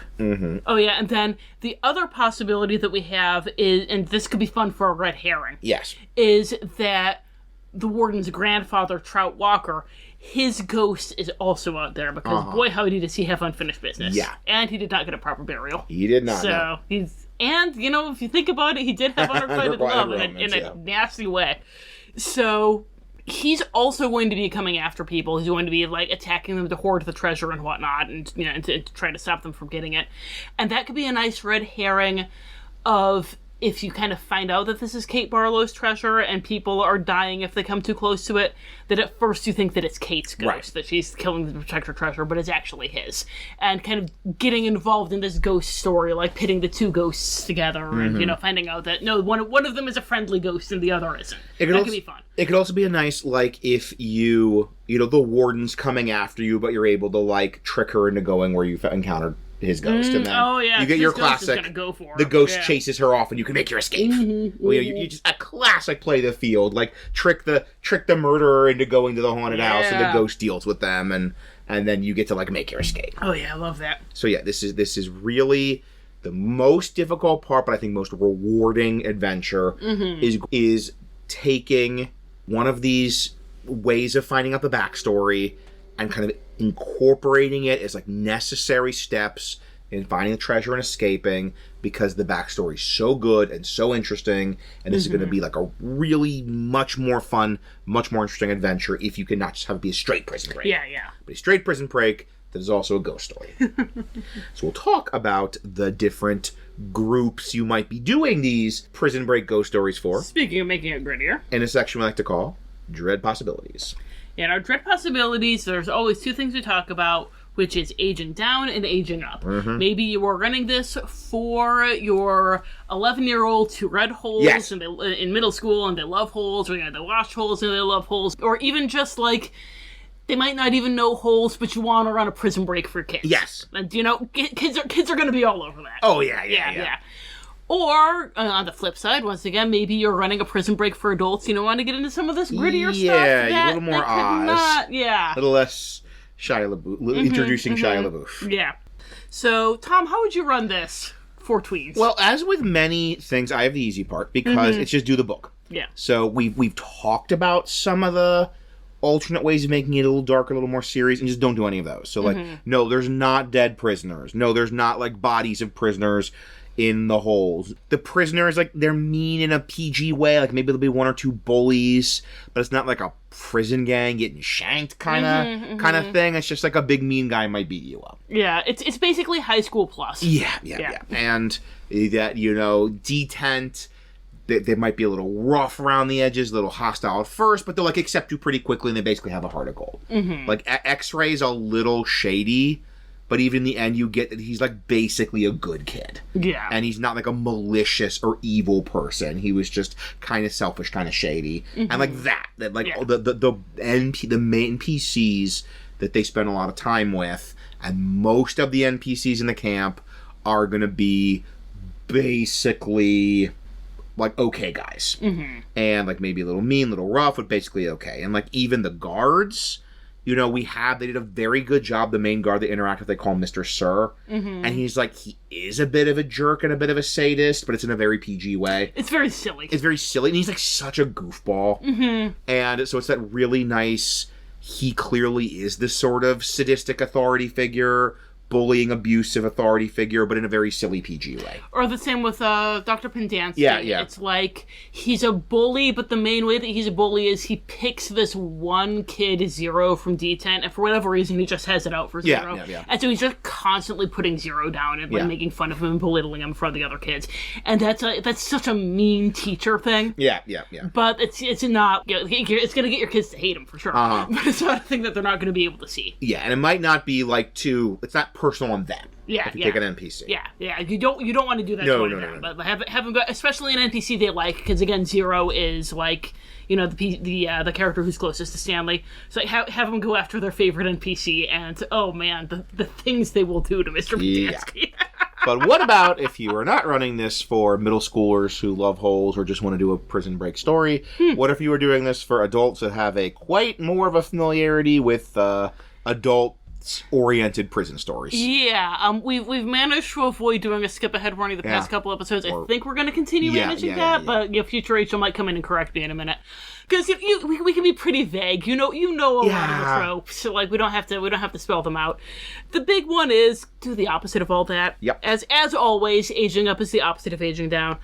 It's like all of the negotiating the different tents and your place within the tent. It's life and death, cutthroat scum and villainy politics. Yes. Like maybe there's one person in your tent who's like your ally and who you can trust, and everybody else is turning on you. Maybe you think that there's a guy that you can trust, and then he turns you in for an afternoon off. Yeah. Like so, there's just making everyone just a lot nastier, even like a lot more like.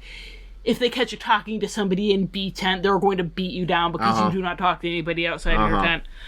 On the flip side of you get the one who you think is your friend and he turns you in. Maybe you get one who is really helpful and they will help you, but they ain't doing it for free. Yeah. What are you going to have to do to get his help? That could get interesting. There's also, you could get into some really interesting stuff here, because once again, these are all nonviolent defenders. You could get into some really interesting stuff about how, they were nonviolent defenders when they came in. Prison sucks.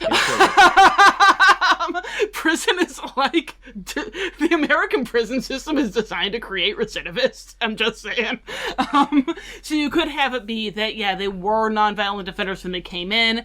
They aren't anymore. They will have their sob story about how they didn't do nothing wrong when they came in. And maybe it's even true, but that's not who they are anymore. And maybe you can find that person again, but... It's going to be difficult because they've fallen so hard. And that could be really great for the right party, actually. The whole, doing a redemption story with someone who was a good person and has been brought so low and turned their back on that, and bring them back around to find themselves again. That is the kind of story that some players, including me, that you can tell I'm getting passionate here. I would eat that up with a spoon. But you can't have them get that dark with kids. That's much more of an aging up thing. Sidebar, speaking of kids, Holes, it is both the book and the movie, I think it is incredibly impressive that it is very kid-friendly.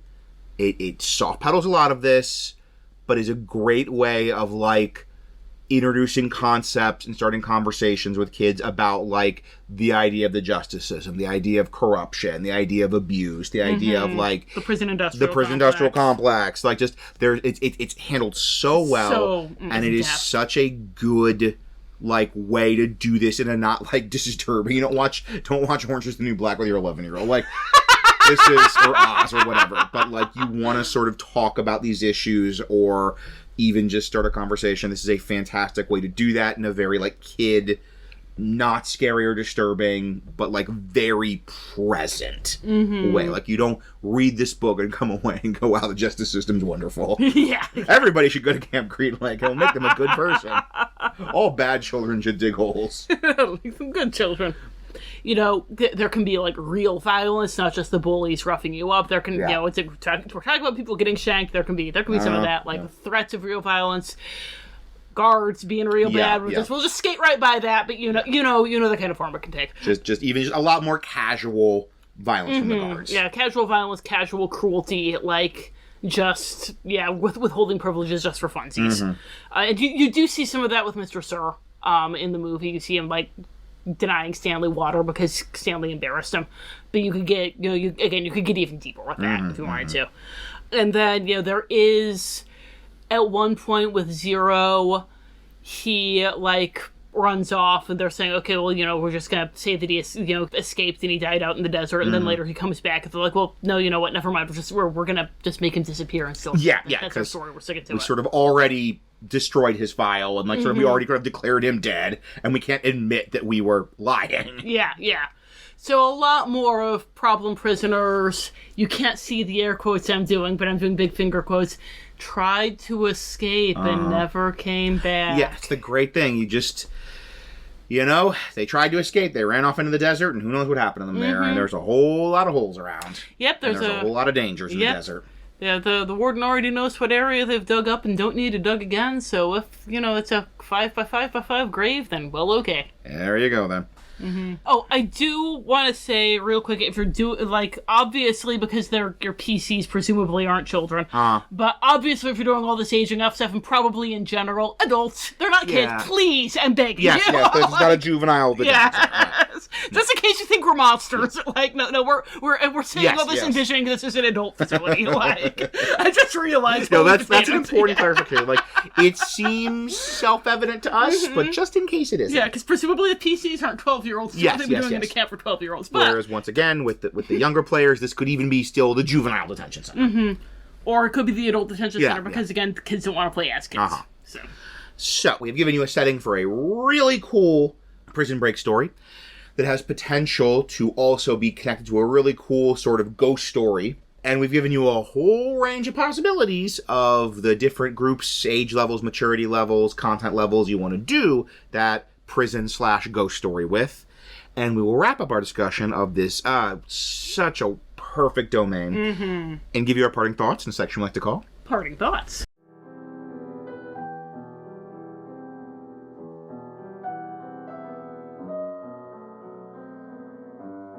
First thing we like to do in this parting thoughts section is talk about the genres of horror for this setting. This is from Van Richten's Guide to Ravenloft.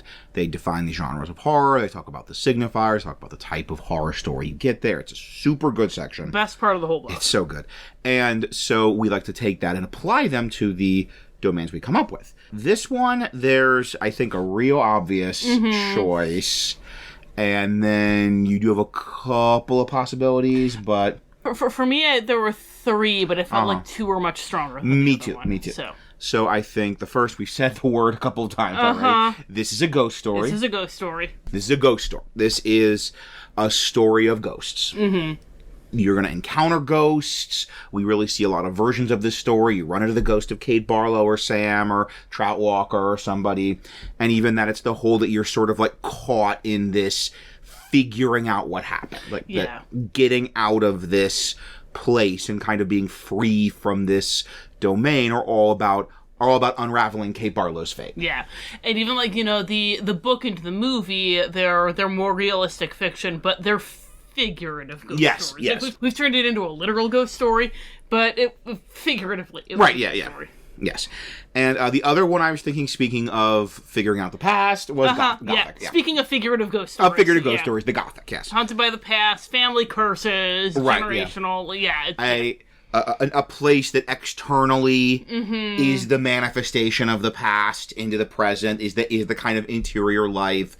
You could do something interesting with the warden as a kind of Gothic villain of this kind of corrupter.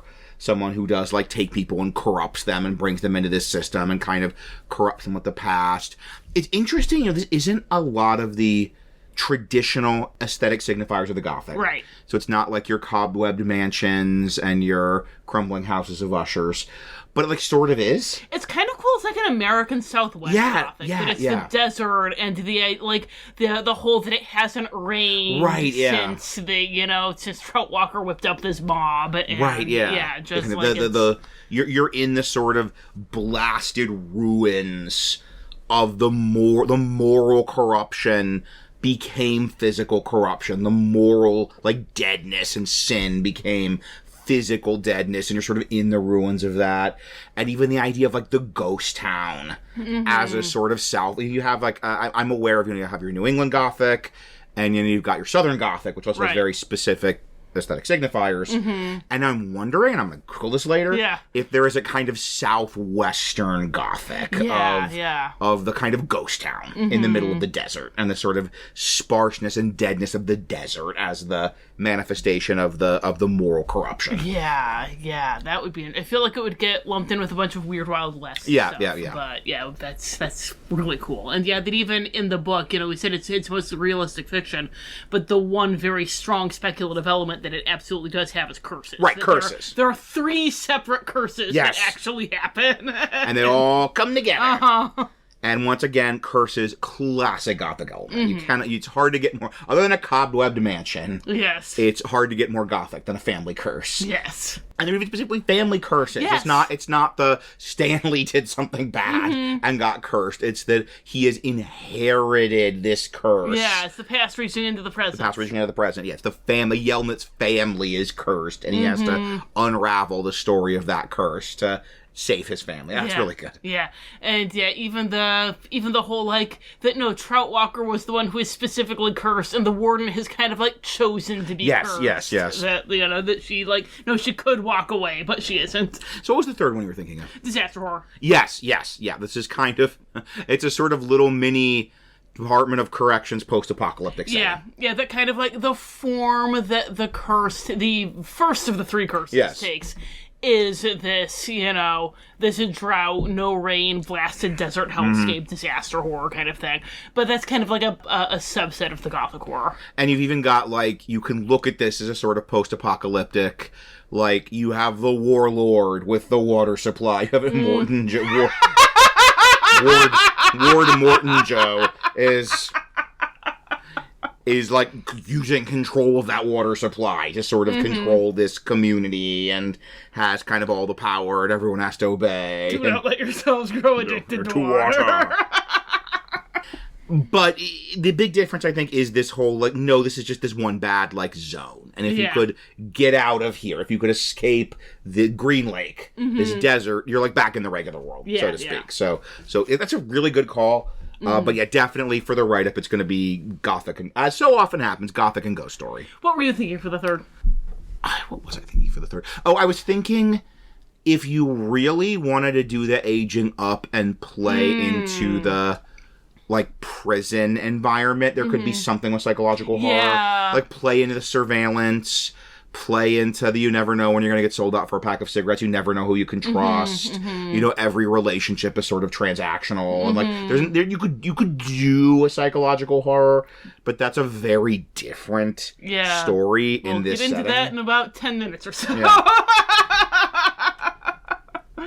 But I think definitely the strongest contenders are 1, 2 with a bullet, ghost story, Gothic. 100%, yes. So then we talk about what kind of game, and we've tipped our hands on this a little bit, as you might in a poker game in the rec room, playing for shower tokens at Camp Green Lake. And some domains are good for really long-term campaigns, months and months and months, years and years and years, like your Curse of Strahd and Barovia. Others are more there's one specific adventure. So, yeah, thank you. Dominia, the Insane Asylum. Yeah, the Insane Asylum domain. You're gonna go there and you're gonna have a creepy Insane Asylum adventure. And I don't know, maybe be trapped in the Insane Asylum as patients and have to break out. Right, yeah. That's the only story you have. You don't have years of roleplay in Dominia. And speaking of trapped at a breakout, I'd say, as we said, we tipped our hand a bit.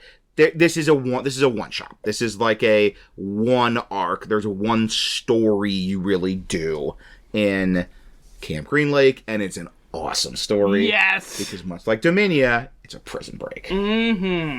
And so, yeah, you go, you're brought in, you're arrested for whatever, you have to, go out there and dig, and then as you do, you're discovering the story of Sam and Kate and the curse. Yeah. And then you escape. Yeah, that's the arc. That's part 1, part 2, part 3. Yeah.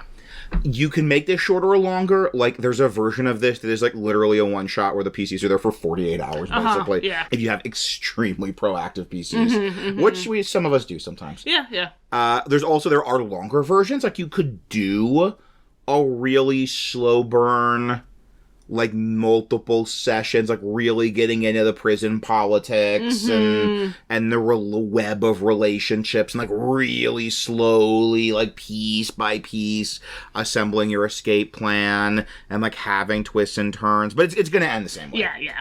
Much like Dominia. And speaking of Dominia, are there any, Rachel, potentially older material you could connect this or incorporate this with? You could, in fact, connect this to Dominion. What? So this is jumping back to, it was less than 10 minutes. Yeah. Significantly less than 10 minutes.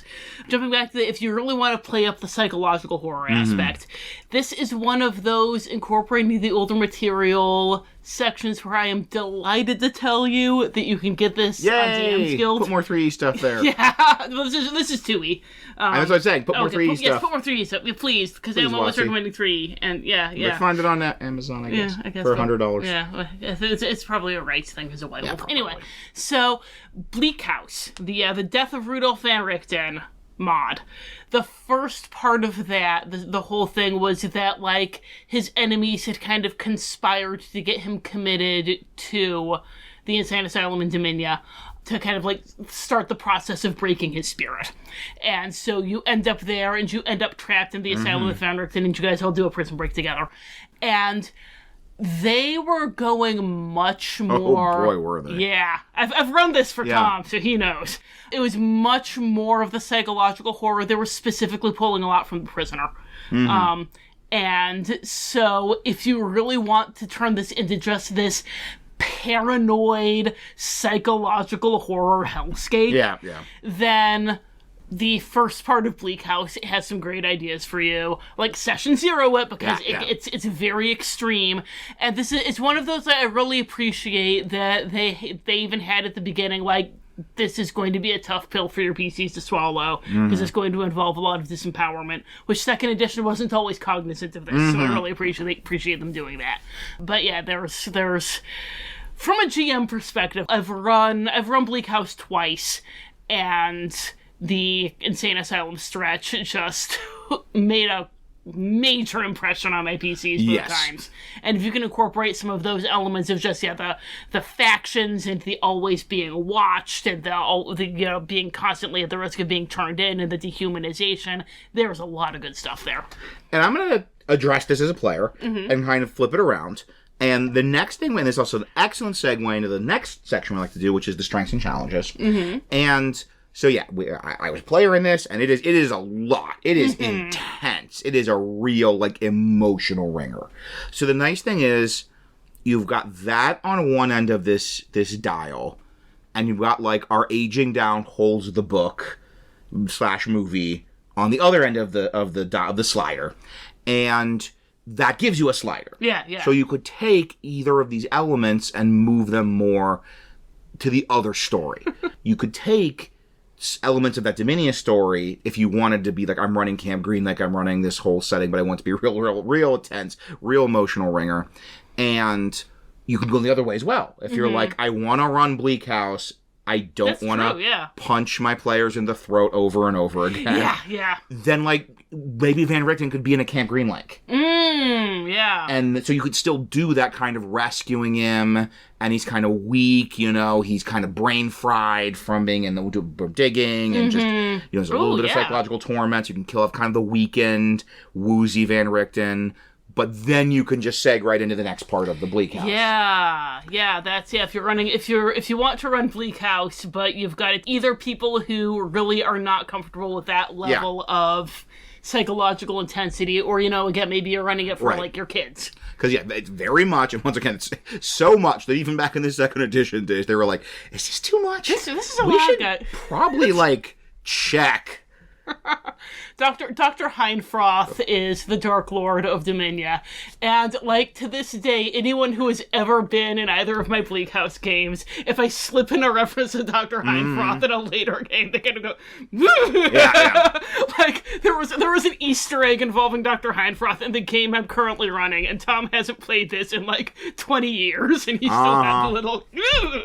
It's like, even in the AD&D 2nd edition days, they were like, wow, there should be almost a session before session 1 about this is so intense, where you make sure everyone is like up on board with this particularly emotionally intense, very dark, very psychological role-playing. If only we had a name for that kind of thing. Only we had a name for that. But yeah, so if you like, I really like this story, Bleak House, and it's a good story. It's great. It is. Oh, I wouldn't have run it twice if it weren't great. Yeah, like, sidebar, if you want a good kind of return sequel, if you do Curse of Strahd, and you want to do a return in a sense of this being like a finale, Bleak House was one of the last ones they did for the AD&D for the 2nd edition, and it was kind of the finale. Mm-hmm. Like, it was meant to sort of be the series finale of 2nd edition AD&D Ravenloft, before, right when they were, like, getting bought by WotC. Yeah. So, like, if you wanted...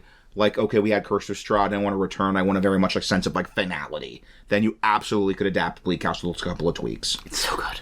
Anyway, so the strength here, and that's segue, the strength is that prison breaks are awesome and cool. Yes. But that can be very frustrating for PCs to, like, be captured, to be prisoners, either... It's one thing if they like, well, we're going in to bust someone out, but if you want to do this as their shenanigans, catch up with them. And that can be not fun, and being prisoners can be not fun, but you have to be prisoners to do a prison break. So unfortunately, that's basic logic. So this is a fantastic setting for a prison break story that's not going to be super unfun. Yeah. That, like, even we mentioned, you have this wonderful setup of the first part of the day, you're digging the holes, and that's unmonitored.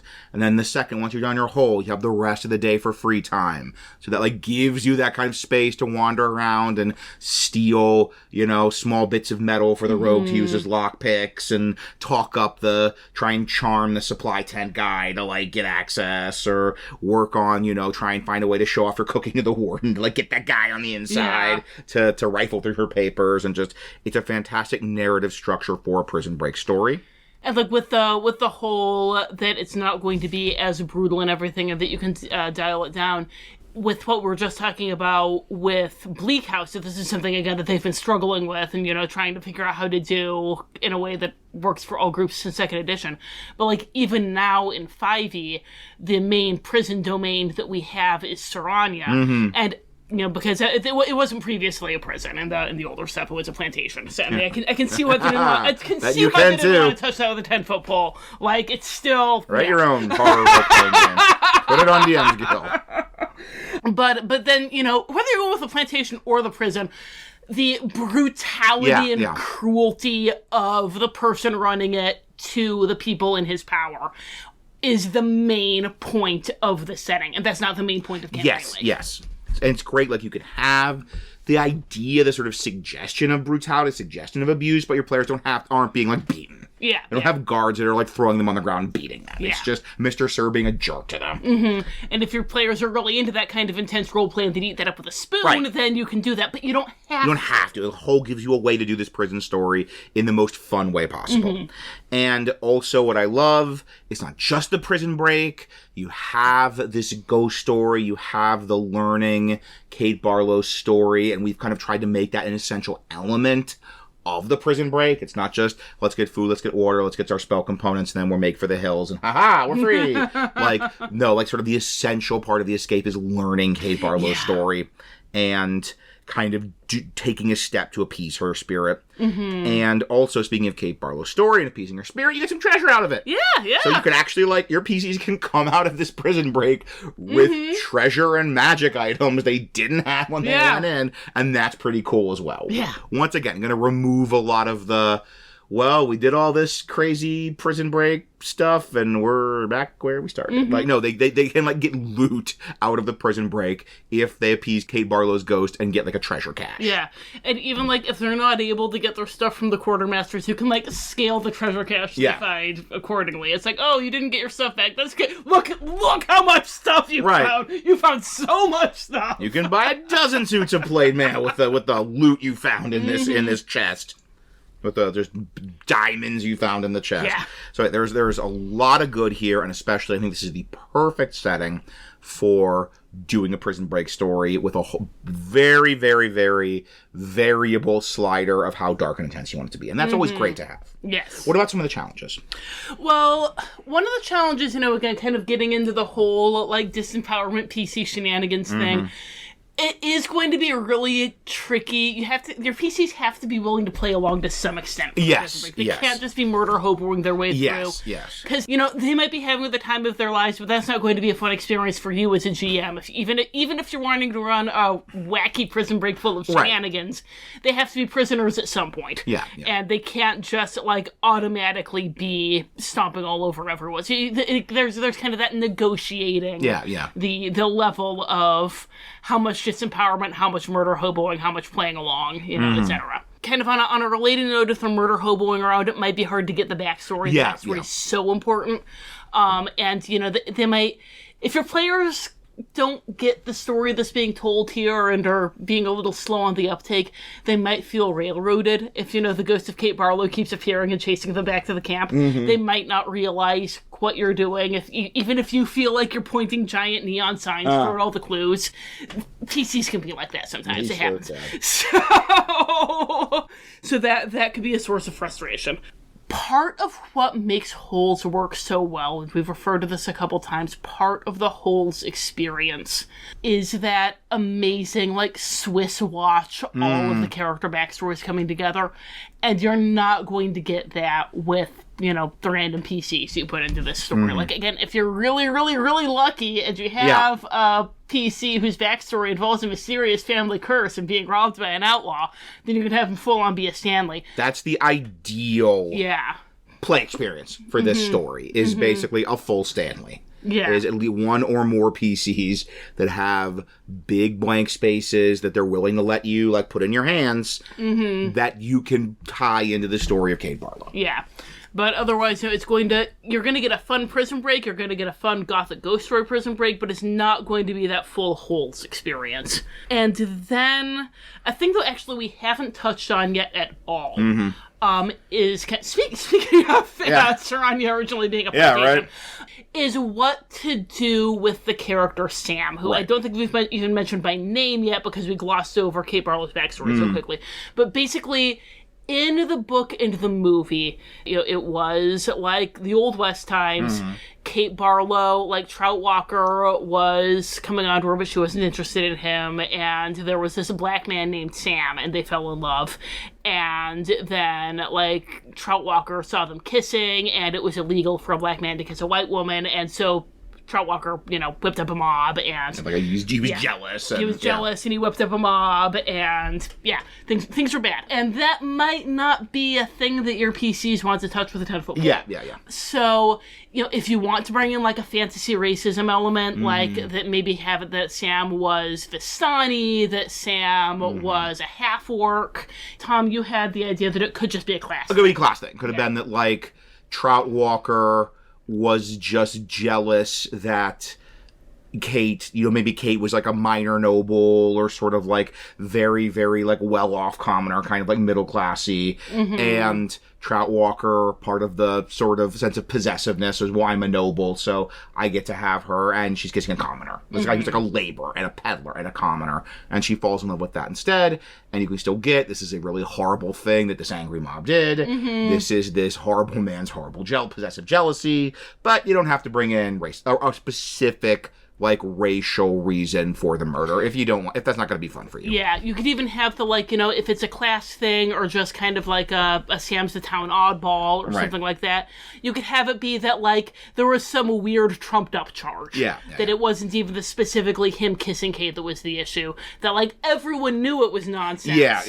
But they went along with it because they didn't like Sam. Like, Trout claimed that Sam stole something from him. Exactly, and whipped up a mob. And it was, everyone knew what he was really about, but that was the paperwork charges. Yeah. And the that angry mob paperwork charges. That lets you even have it be, again, if you wanted to be that Sam and Kate are both commoners, so then why is it a problem for Sam to be kissing Kate? No, it's because, Trout's, done this whole thing. So, kind of like, as often happens with this, and as was, like, going back to what we were talking about with Princess and the Frog and some other works that have touched on this kind of thing, if your players are familiar with the source material and you take this element out, they might feel like you're kind of watering it down, not telling stories that need to be told, all that kind of thing. On the other hand, the reason that you water things down is if they're too spicy. Yeah. So, you know your party, well, it's going to be fun for everybody. Yep. As always, as Bleak House told us. Right. Session 0. Session before the first session. So, before we rejoin our narrator and find out what less dry and deserty, quite the opposite of that, much more water, place she is going to next, and this one is the one that unequivocally fits our name of Summer Blockbuster. I think it's the only blockbuster one, yes. In the bunch, yeah. Holes did pretty good, I think. Yeah. It was a perfectly respectable... Blockbuster is a strong word. No blocks were busted. And spoilers for August, it was a flop. A flop, yes. But huge flop. Next month, Blockbuster. Blockbuster in my heart. Yeah. So, what actual... bust in the block, mega non-desert she's going to next. If you want to tell us about what you decided to do with Holes, if you are one of those people who oh my gosh, I have a mysterious backstory for my PC. Thank you. This is perfect. How can they contact us? Or if, one of the recent people who contacted us, you saw Wish as an in-flight movie and were like, this movie is terrible, but Magnifico, big and great Darklord, and you want to tell us all about it. That made our day. That was great. Yeah. if you got a hot take on Wish's domain, fire away. Because otherwise we watched it for no reason, guys. Right. Anyway, so if you want to do that, then you can email us at wonderfulworldofdarklords@gmail.com. You can find us on Facebook or Tumblr at Wonderful World of Darklords. And you can also find us on Patreon at Wonderful World of Darklords. So all of those places. We do allow free members on Patreon, by the way. So you can just go, you can become a free member. We won't ask you for money, and then you get updates there whenever we post something. So, if you like how we took this and eventually mix it with Bleak House and made a very brutal psychological version of Holes with Stanley Yelnats, then I have a couple of horror movies that I've adapted into adventures on DM's Guild. You can just look for Tom Kohler, or you can follow the link for the free domain right up for this domain and more by this author. And if you like our sensitivity to maybe taking Bleak House and making it more fun for a younger group of people that want to see Van Richten again, we also have some resources for running more spooky horror things for younger players. Maybe you want to run Curse of Strahd for your younger group. I do have a resource for doing that. Strahd gives me goosebumps. And then you could go and do a Bleak House for gives me goosebumps. Yeah. Oh man, Bleak House gives me goosebumps. Don't threaten me with a good time. And then speaking of younger people, I have a picture book, Mother Ghost, Nursery Rhymes for Little Monsters. It's exactly what it sounds like, 13 classic nursery rhymes written to be about Halloween. I also have several short stories for adults, which are available on my website, www.rachelkohler.com. Most of them are available there for free. Some of them aren't. I need to get working on that because nobody orders literary magazines anymore. Until next time, thank you for listening, and happy gaming.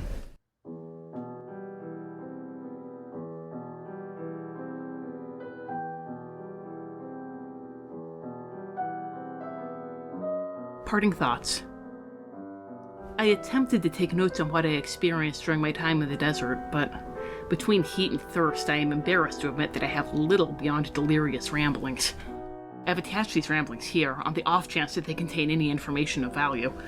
Something about Kate Barlow, a diet of nothing but onions, and finding refuge on Ezra's thumb? Apparently, Barlow herself gave me the gold coin that I have enclosed, although I am stymied as to how she thought a coin would help me survive in the desert. Perhaps she simply wanted to give it to someone other than the warden, who seems destined never to find this treasure. I have only vague memories of eating nothing but onions in the desert, but the bitter, acidic taste lingering in my mouth proves those recollections correct.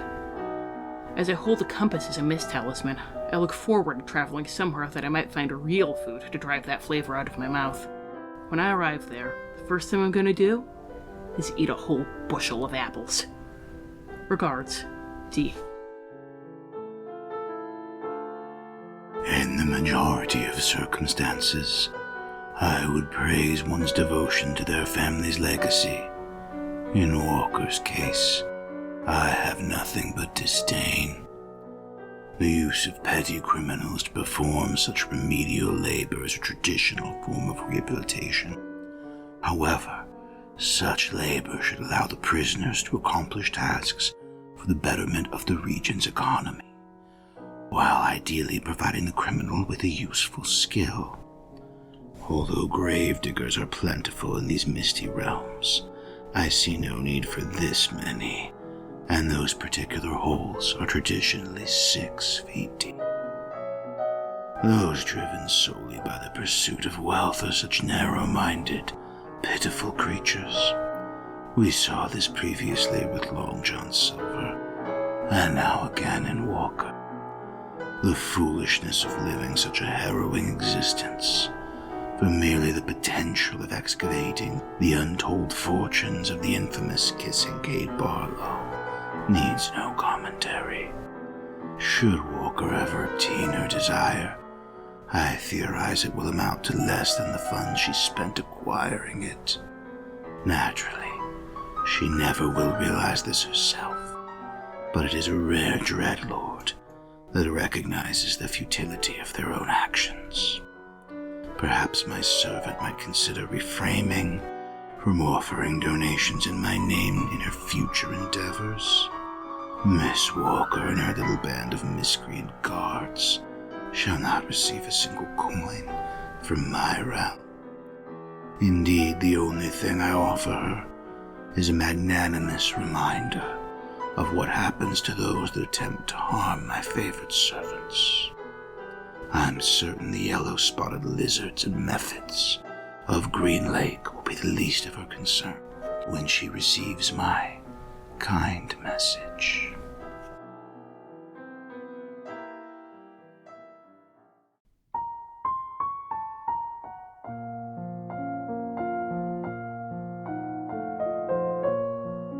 This has been The Wonderful World of Darklords.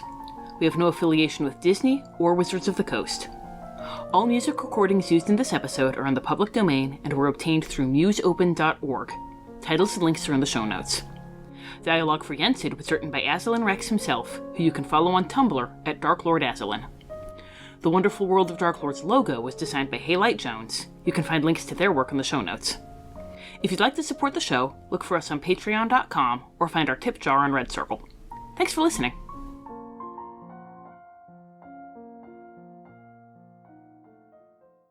We have a plan. We have the blueprint of the prison tattooed on her back. Like, who was Leonard Snert again in Flash? What was his name?